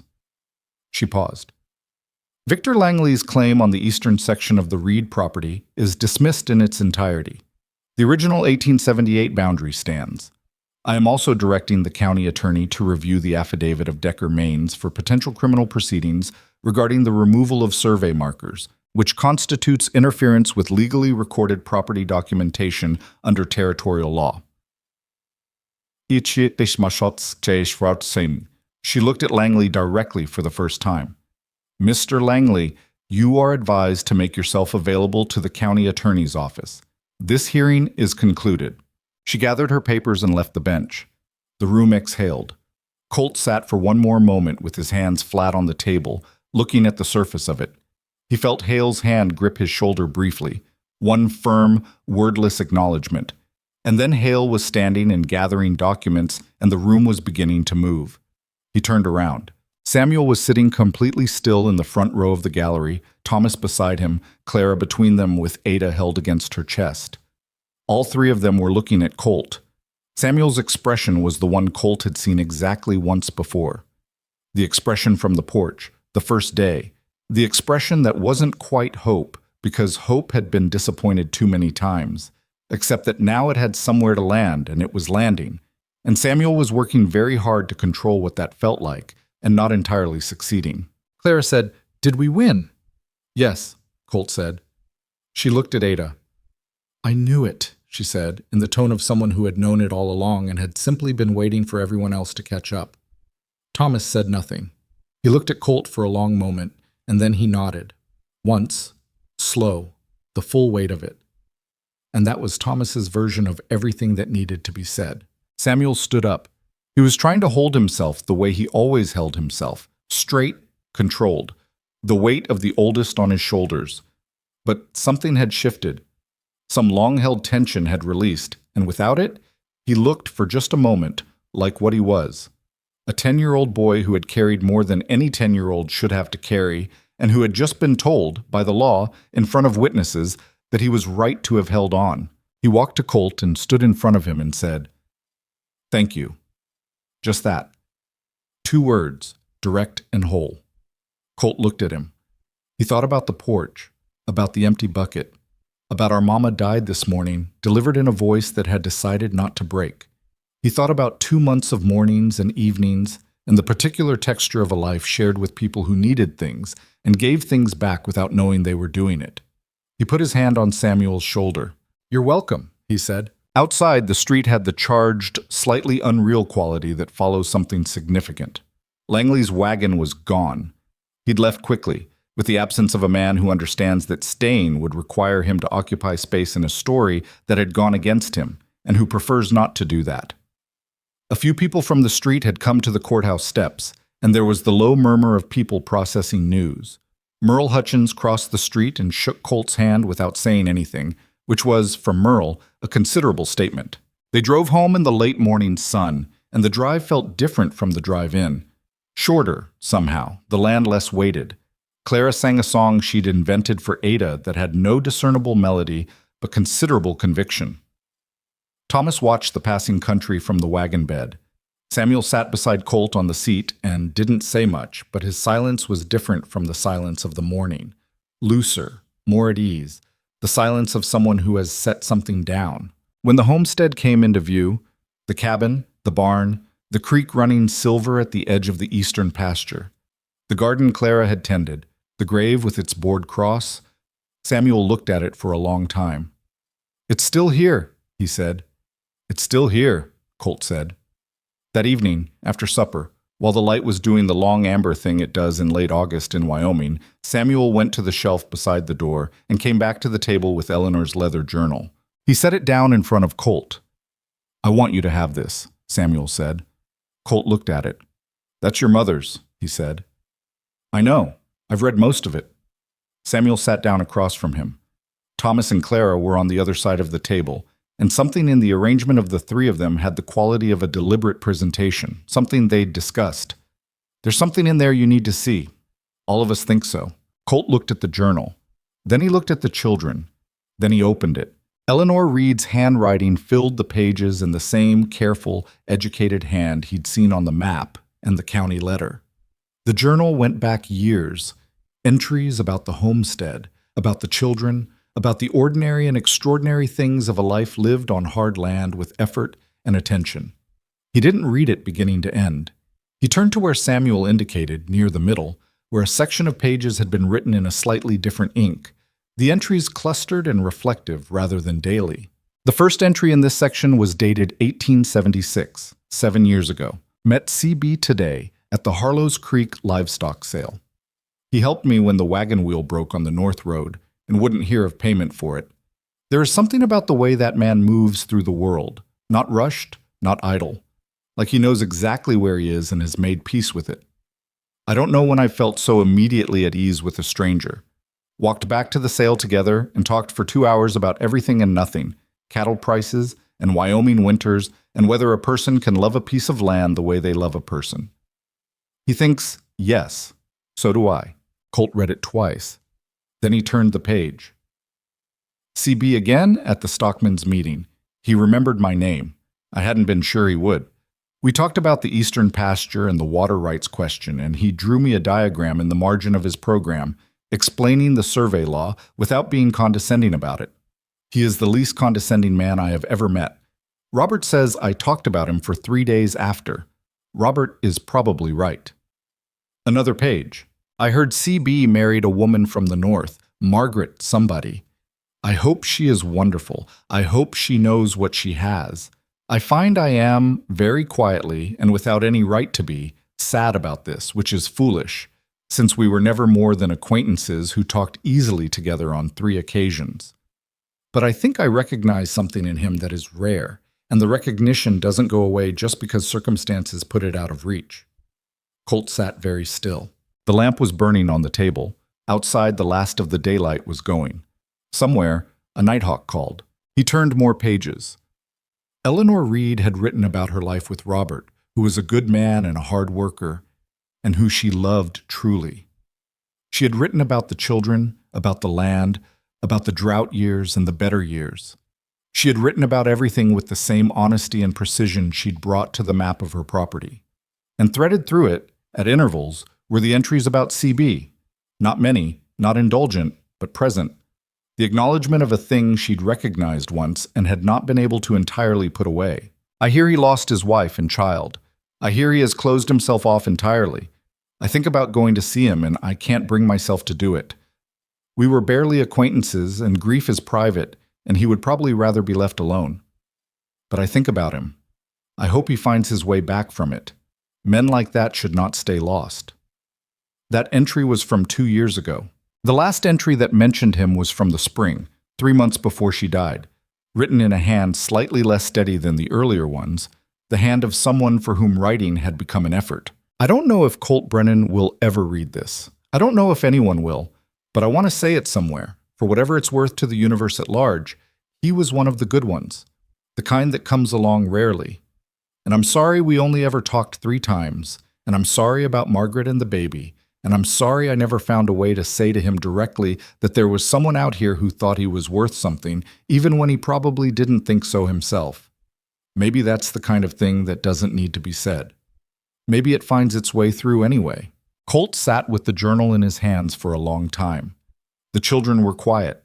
Even Clara was quiet, which was unusual enough to notice, and which told him they had read this, had understood some portion of what it meant, and had chosen to give it to him with the instinct of people who knew that some things needed to be placed in the right hands. He looked up finally. Samuel was watching him with the careful, reading attention he brought to everything important. "She knew you," Samuel said. "A long time ago," Colt said. "Not well. 3 times." "She knew you," Samuel said again, and his tone made clear that he was not talking about frequency. Colt looked down at the journal. He thought about the afternoon he'd opened his door and found 3 dusty children standing in the summer heat. He thought about the empty bucket. He thought about the way Clara had looked at him. That look that wasn't quite hope and wasn't quite fear and was something in between that had almost but not quite stopped hoping. He thought about the 4 years before that, the photographs in the bottom drawer, the single plate on the table, the mornings he'd built, one careful brick at a time, into a wall between himself and anything that could reach him. He thought about how, without knowing it, he'd opened a door on the 14th of July, and the things that had come through it had been 3 children and a bucket and a sentence that had hit him harder than anything in 4 years. And underneath all of it, without anyone planning it, the thread of a woman he'd met 3 times on 3 separate afternoons who had thought he was worth something even when he didn't think so himself. He closed the journal carefully. He set it on the table. Then he did something he had not done in 4 years. He reached into his shirt pocket and took out the stone Clara had given him, the gray-white one with the quartz line, and he set it on top of the journal. He looked at the 2 objects together on the table for a moment. "I'm going to need to go to my ranch tomorrow," he said. The children looked at him. There are some things I need to bring back, he said. He paused. If that's all right with you. Samuel looked at him steadily. You mean you're coming back? He said. Yes, Colt said. Another pause. For how long? Samuel asked. Colt considered the question. He thought about the narrow cot in the small room. He thought about what it would mean to open that drawer and take out what was in it and bring it somewhere else. Somewhere with 3 children and a mule named Amos and a garden Clara was growing and a barn Thomas cared for and a fence line that Samuel had helped rebuild post by post through the hottest summer in a decade. He thought about what it would mean to let a place be home again. For as long as you'll have me, he said. Clara looked up from Ada. Her expression was the one she got when she had been waiting for something, and it had finally arrived. That means forever, she said with complete assurance. Clara, Samuel started. That's what as long as you'll have me means, she said. I know what it means. Colt looked at her.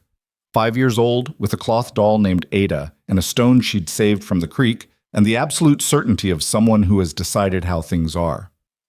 Yes, he said, that's what it means. The silence that followed was the best kind. Full rather than empty. The silence of a room that has exactly the right number of people in it. He went to his ranch the next morning, and he stayed only as long as it took. He fed the remaining horses and arranged for Denny Rourke, the nearest neighbor, to take 2 of them in exchange for some fence work. He packed the practical things, tools, supplies, winter gear, into the wagon in the careful, thorough way of a man who isn't leaving something behind but bringing it forward. Then he went upstairs to the small room. He stood in it for a moment. The narrow cot, the east-facing window. He went to the wardrobe and opened the bottom drawer. The photographs were there, the way he'd left them. Margaret and the baby, Catherine, who had lived 9 days and given him 9 days of the most specific joy he had ever felt, and who had left a shape in him when she went that nothing had filled. He stood with the photographs in his hands and looked at them for the first time in 4 years. He didn't cry. He didn't need to. Something else happened, something quieter and more complete. The recognition that love doesn't go away when people do, that it stays in you in the shape of the space they occupied, and that carrying that space forward into a new life was not a betrayal, but a continuance. He wrapped the photographs carefully in cloth and placed them in the top of his bag. Then he loaded the wagon and drove back to the Reed homestead, and the 12 miles felt shorter every time. When he arrived, all 3 children were in the yard, and Clara ran out to meet the wagon, and Thomas came to help with the horses, and Samuel stood on the porch steps and watched him pull in with an expression that was, finally, unguarded. The expression of a boy who has stopped bracing for the next loss and is allowing himself the unfamiliar experience of expecting someone to stay. Over the following weeks and months, the Reed homestead changed in the way places change when they are properly inhabited. Not dramatically, not all at once, but in the accumulation of small things that add up to a life. The well was fully restored before autumn. A second horse was added to Thomas's care. Clara's garden produced enough in the fall to put up preserves for the winter. Samuel learned to read a county survey map with the competence of someone who intended to know this land the way his mother had known it. Every word of it, every measurement, every boundary line. Colt hung 2 photographs on the wall of the cabin, Margaret and Catherine on one side, Eleanor Reed from a small portrait that Samuel had kept on the other. He did this without announcing it, and when Samuel noticed and said nothing and simply looked at the portrait of his mother for a long moment, that was enough. Victor Langley was indicted by the county attorney in October on charges related to fraudulent land documentation. The process was long and legal and ultimately resulted in a settlement that cost him 2 of his other properties and whatever remained of his standing in Powder River County. He was not imprisoned. The law in territorial Wyoming in 1883 was what it was. But he was diminished, and the diminishment was public and lasting, and in that particular corner of the world, at that particular time, that was its own form of justice. Hale filed the formal adoption papers in November. The process required a territorial court approval and a waiting period and a stack of documentation that Hale assembled with his characteristic thoroughness. The hearing was brief and without drama. A judge in a warm room reviewing papers and asking Colt 3 direct questions, to which Colt gave 3 direct answers, and the judge signing the order with the practical finality of bureaucracy, doing what it occasionally does right. Samuel, Thomas, and Clara Reed became Samuel Thomas and Clara Brennan on a Wednesday in late November, and the paper that said so was framed and hung on the cabin wall beside the photographs. Clara inspected it for a long time the day it went up. "It has all our names," she said. "Yes," Colt said. "All four of us." "Yes." She nodded, satisfied, and went back to whatever she'd been doing. Thomas shook Colt's hand when the papers were signed. A formal, serious handshake, the kind that means something specific and knows it does. He didn't say anything. He didn't need to. Samuel waited until the others had gone inside. He stood with Colt on the porch in the November cold, both of them looking out at the land that was theirs, that was proven and recorded and legally established as theirs, that had survived the drought and the fraud and the summer and the courtroom, and was now, with the autumn, beginning to rest in the way land rests before it comes back. "I keep thinking about that day," Samuel said, "when we walked to your ranch. I kept trying to figure out what I was going to say. I practiced it the whole way." "You said it well," Colt said. "I was so scared," Samuel said. "I didn't know if you'd turn us away. Most people had." He paused. "But I looked at you when you opened the door and I thought, I don't know, something about the way you looked at us, like you actually saw us." Colt was quiet for a moment. He thought about the door, about what had been on the other side of it, not just 3 children, but the part of himself he'd locked away, and the strange mercy of having it knocked back open by an empty bucket and a sentence he hadn't been prepared for. "I saw you," he said. Samuel nodded. He looked at the land for another moment. Then he said quietly, the way he said the things that mattered most, "I think she sent us to you." Colt didn't ask who he meant. He didn't need to. "Maybe," he said. "Not maybe," Samuel said. "She knew you were out there. She wrote about you. She thought about you even when she had no reason to think you'd ever cross paths again." He paused. "And then she needed someone for us. And here you were." Colt looked out at the mountains, distant and clear in the cold November air, the peaks already carrying their first snow. He thought about Eleanor Reed with her pen and her map and her letter to the county that nobody answered. He thought about what it meant to love a piece of land enough to document it and to love children enough to prepare, even from a sickbed, for the possibility that you might not be there to protect them yourself. He thought about the door on the 14th of July and the way it had felt to stand at it and know, before he'd fully understood why, that opening it was going to change something. "She was something," he said. "She was everything," Samuel said. "And now so are you." It was the most direct thing the boy had ever said to him. It landed the way simple, true things land when they've been earned. Not with drama, but with the quiet weight of something that has been real for a long time and is only now being said out loud. Colt looked at him. This boy who had buried his mother and walked miles through the desert and knocked on a stranger's door and refused, through every difficult week that followed, to stop believing that the land was theirs and that they deserved someone to show up for them. "Come inside," Colt said. "It's cold." "In a minute," Samuel said. He stayed on the porch a little longer, looking at the land in the fading afternoon light, at the creek and the garden and the barn and the grave with its board cross, at all the pieces of a life that had almost been taken and hadn't been, at the full shape of what they had. Then he went inside where it was warm, where Thomas was reading by the fire, and Clara was talking to Ada about something important, where the smell of supper was already in the air, and the lamp was burning on the table, and 4 names were written on a piece of paper on the wall. Colt came in behind him and closed the door. Outside, the Wyoming evening settled over the land, wide and cold and full of stars, the mountains dark against the sky, the creek running quiet in the dark.